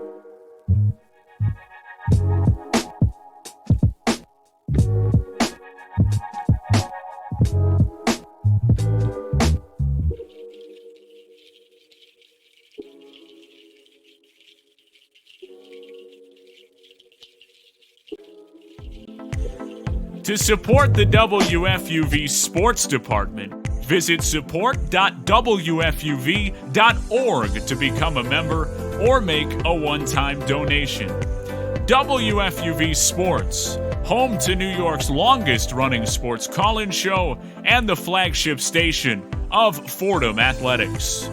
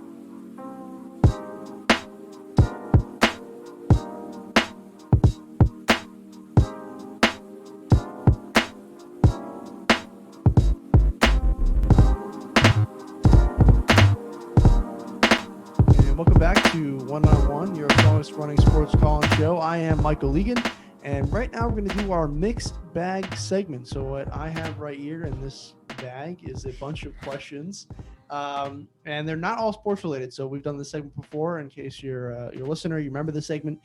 Some of them have to do with sports. Some of them have to do with like entertainment, just like some of our favorite things. Would you rather kind of questions, just anything to kind of have a fun time, kind of wrap up the show. So let's get started. And we'll pick a question out of this bag. Shuffle I'll it shake up. it up Really good a little shuffle. bit. And let's see. Yeah, what should I pick? Hopefully this is a good one. All right, here we go. All right. Ooh, okay. Favorite class you've taken while at Fordham? And we'll start with Kayla. Put me on the spot. My favorite class that I've taken, I took it was called Italian Americans on Screen. And I really enjoyed that class because it was all about like Italian genres on television. So like mafia, Rocky movies. It was very interesting. And so I just took that last semester. And normally I think you would go on Arthur App, but it was on Zoom, it was remote. But I did really enjoy the content of that class. I thought it was a super like niche topic. That's cool. That's really cool. I would love to take that class actually. My best class, well, it's tough because I think my best class was in Italy, so I don't know if it counts for Fordham. We'll count it. We'll count it. Yeah. Okay. Well, there are a few actually. It would probably be the Italian class there. It would just I would, and we're gonna go back to Italy now. But in the class, there was only 4 kids in the class, so I learned so much Italian, and we only spoke in Italian. And we would do the first half of the class in the classroom, just the 4 of us, and the professor would do some grammar, and she was just the nicest lady, and we just talked about like Italian wine and food and like nothing. It was just cool. And but we did some grammar in the classroom, and then we would leave the class and go to the bar to get like a cappuccino. We'd go get a coffee and literally just sit there and talk. I mean, cool. Is that a class? I mean, it sounds like, I mean, there's a teacher that makes it a class to me. But how cool is that? Yeah. For me, I'd probably say my favorite class was last semester. I took a class called Murder, Mayhem, and Madness, and it was. I think I heard of that. It was an English class, and it was really interesting because we read things, but like we watched. You read things? Yeah. We read things. That sounds obvious, but what I meant to say was education. Like, even though it's an English class, we did a lot of stuff with movies and TV shows. So we watched a lot of episodes of Black Mirror on the Netflix show. Yes. And we watched a lot of movies, of course, one of which is we watched some of my favorite movies. So it's always fun to talk about movies that you like. So we watched Taxi Driver, Pulp Fiction, Django Unchained, like just some really great stuff. Just a really fascinating class. Also like tied in philosophy, but I'm not a huge fan of philosophy, but this class, Professor Roma Giannoli, he really great class. So if anyone is interested in that, but yeah. It's my last semester, so I would Chris will not be taking. Anyone who's not a second semester. I would have taken both of your guys' classes, but. All right, here we go. Next question. All right. Actually, I talked about this earlier, coincidentally. If you can meet one celebrity, who would it be and why? Chris. Yeah, Chris has to go first. I have to think. I do as well. Well, I could just repeat what I said earlier. I mean, I said Joe Namath, but if I also had another option, I would also probably love to meet Keith Hernandez would probably be a cool one, just because amazing baseball player and also love what he does in SNY. But like just celebrity, I guess. Like yeah, can I pick any celebrity? Yeah, like I'll pick like a movie. I'll pick like a movie person that just so it doesn't have to be sports. I won't pick like Barack Obama because it's like politics. I'll just or like Jesus because that would be like really intense. I'll say Jesus a celebrity. I mean, yeah, everyone knows who he is. I don't know, like Robert De Niro. That'd probably be pretty cool. I'm going with Meryl Streep. A classic lady. I would love to meet her. That is a good one. Both because they're good ones.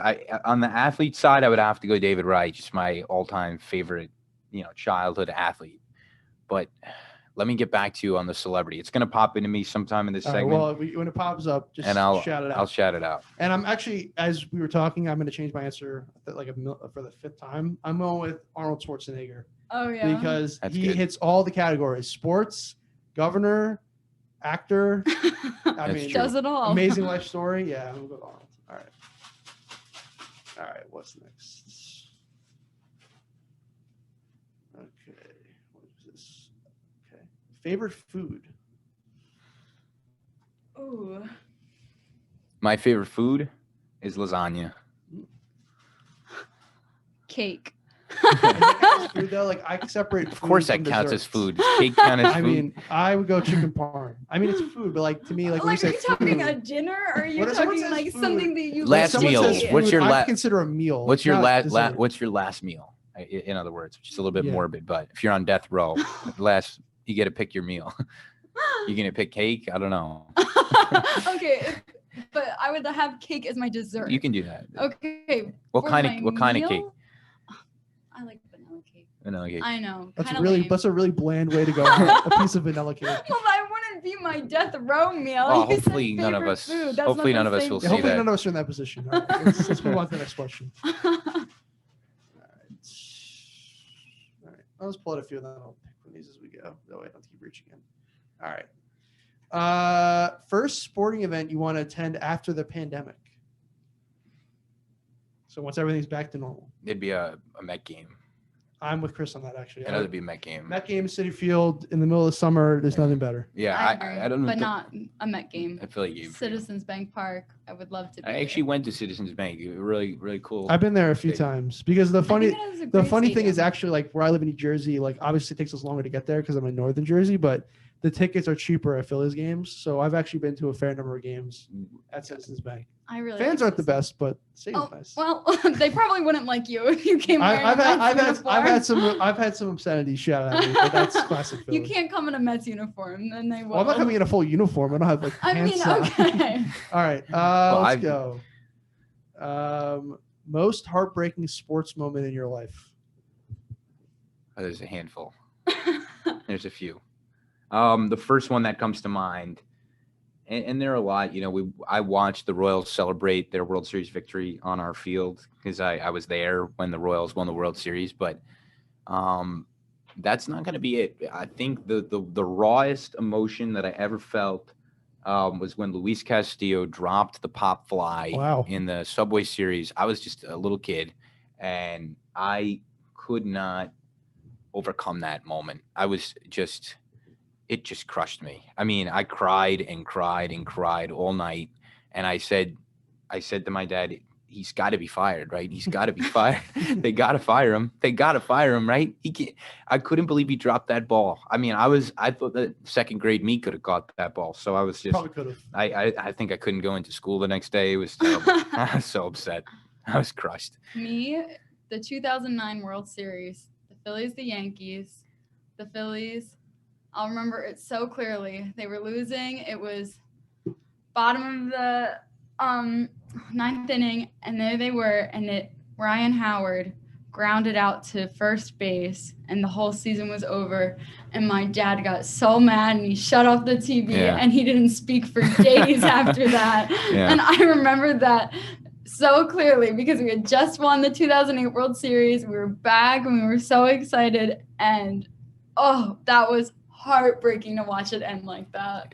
I mean, Kayla, you're just lucky that you've seen your team win a World Series. That's only all. Only one though. So only try zero. Only right. For me, only one. Chris brings up 2015. I also went to the 2015 World Series. I was there when Conforto hit those 2 home runs, and then Daniel Murphy booted that ball. Game 4. Game 4. Yeah. But the funny thing with the 2015 is every round of the playoffs, I never thought the Mets were going to advance. And the funny thing is, like, obviously I was upset at the time, but like I just never thought we were going to win that World Series. So, I mean, is it annoying to look back on? Yeah, but I'm not going to pick that. Another one that comes to mind is 2010 AFC Championship Jets Steelers, because the Jets were basically right there. The Jets were basically a play away from going to the Super Bowl. I was in the 5th grade, no 4th grade at the time, something like 2011, that. 2011, right? 2010 season, 2011 game. Yeah, so I think I was in the 5th grade. Yeah, so. Roethlisberger threw it on 3rd down. Yeah, Rex threw his head on the ground. Yeah, I remember being very upset about that. I don't really have a memory of this. My dad claims that I was crying after the Mets lost in 2006 in the NLCS. Yeah. So, but actually, I'm gonna go with, and this is like kind of like a hotter take, I guess, but 2015 Week 17 Jets Bills. That really crushed me because obviously, like, I was younger at the time for Jets Steelers, and the Jets are my favorite team. But like to have like that amazing season with Fitzpatrick, we were there, and then just to have it all fall apart in Buffalo with Rex coaching the team. It was horrible. It was horrible. Well, I almost went to that game, and we thanked God that we didn't take the trip up to Buffalo to watch our team lose. But we weren't, we had Fitzpatrick, who was good, but was very much a temporary quarterback. It wasn't like we had a very good team that if we went to the playoffs, we were going to make any noise. The Steelers situation was, this is a team that really feels like if we win this game, we can win the Super Bowl, which is sort of unthinkable for a Jet fan. So I remember that moment very clearly. Horrible. Just horrible. The one thing I would say about 2015, though, is like when you think about the AFC playoff picture that year, I mean, that was the year the Broncos won the Super. I know they had a great defense, but Peyton Manning was awful. I mean, that Broncos team was not good. That was the year that the Patriots had to bring in Steven Jackson to be their running. I mean, the AFC was wide open that year, but we'll move on. All right, so next question up. I don't know how you guys are, if you've looked into it at all, but one movie or TV show are you guys looking forward to that's coming out in 2021? Could you give me some of the options? Because Yeah, normally I know, but in these days. So we got, I mean, if anyone here's a big Marvel person, I know Kayla likes Black Marvel. Widow, So yeah. we got the Black Widow movies coming out. We got, but in terms of like some of the shows, like the Falcon Winter Soldier show, Loki shows coming out. And then it's like in terms of other movies, we got like, I mean, this isn't really my forte, but like Godzilla versus King Kong. I know that people are excited for that. Chris, is that your forte? I'll say right now, I saw the last one. It was the one terrible. I'm probably the most excited for is it's coming out right onto HBO Max. Dunkirk is what? That's already out. It's already came out 4 years ago. No, not Dunkirk. Dune. Dune? Oh, not Dune. No, is this is very stereotypical. I'm from New Jersey. I'm a huge Sopranos fan. There you go. So the prequel movie, The Many Saints of Newark, starring Gandolfini's own son playing a young Tony Soprano, Right. is coming out in the fall. So I'd probably say that's what I'm most excited about. That's pretty epic. I'll actually give you a show. I'm a big Breaking Bad guy, so hopefully the Better Call Saul season is coming out. Okay. I'm assuming it's going to come out. It probably will, yeah. So I'll be pumped up for that. I will be. Yeah, I'm going with the Black Widow movie. I was so excited for the last year and didn't come out, and I'm very excited to Don't see it spoil. this year. I still haven't seen Endgame. I don't know how that's possible. I haven't. Chris, if it's Don't spoil it, Don't spoil it. I swear I haven't seen it. We've been locked. I don't know the ending. We've been locked inside for like a year with nothing else. I haven't had time. Oh my god. I haven't found the time. Okay. Next question up. Two more, Nick. Two more, Mike. I think. All right, that sounds good. All right. Some of these are kind of repetitive, so let me pick something that's interesting. No, that's not. I know it's taking The forever. point of mixed bag. We is got you some take dead air. one. Well, all right, we're gonna go with hey, look, Francesa's the king of dead air. I mean, that doesn't affect the ratings. All right, we'll go with this one. Favorite single season for any of your favorite sports teams. So like of all the teams you root for, what was the 1 year that was your favorite? So like I'll just throw out an example, like 2015 Mets, something like that. That's got to be it. I mean, it would be that 2011 Jets, but I'm a bigger Mets guy than I am Jets guy, and that was more recent. So that's my answer. 2018 Eagles, easily. Yeah, I would also go 2015 Mets, like I said. All right. And this will be our last question. Interesting one. Best birthday gift you have ever gotten? Oof. Best birthday present. best birthday present. I think. Okay, when I was younger, when I was like 6 maybe, I got a one of those little pink Corvette cars that you can get, and you can like put your little foot on the gas, and they're not real, but they're tiny and they're fun. And my parents hid it in the garage from me. And then they were like, "Oh, go get your birthday present." And I opened the garage, and there was this hot pink Corvette car. Wow. So I think that's one of my top. That's pretty epic. I got I did get it. I was just trying to think if it was birthday or Christmas, but we got a 15-game package to Citi Field, which was very cool. So we went to Citi Field 15 times that summer or that year, and that was I can't remember if they were good that year or not, but that was pretty cool. We had like our own seats. It was very cool. So that was definitely the best birthday gift. Yeah, just to wrap it up for me, my best birthday gift was when I was in the 7th grade. My dad, somebody worked with his brother, worked at DC Comics. So we got 2 tickets to Comic-Con in New York.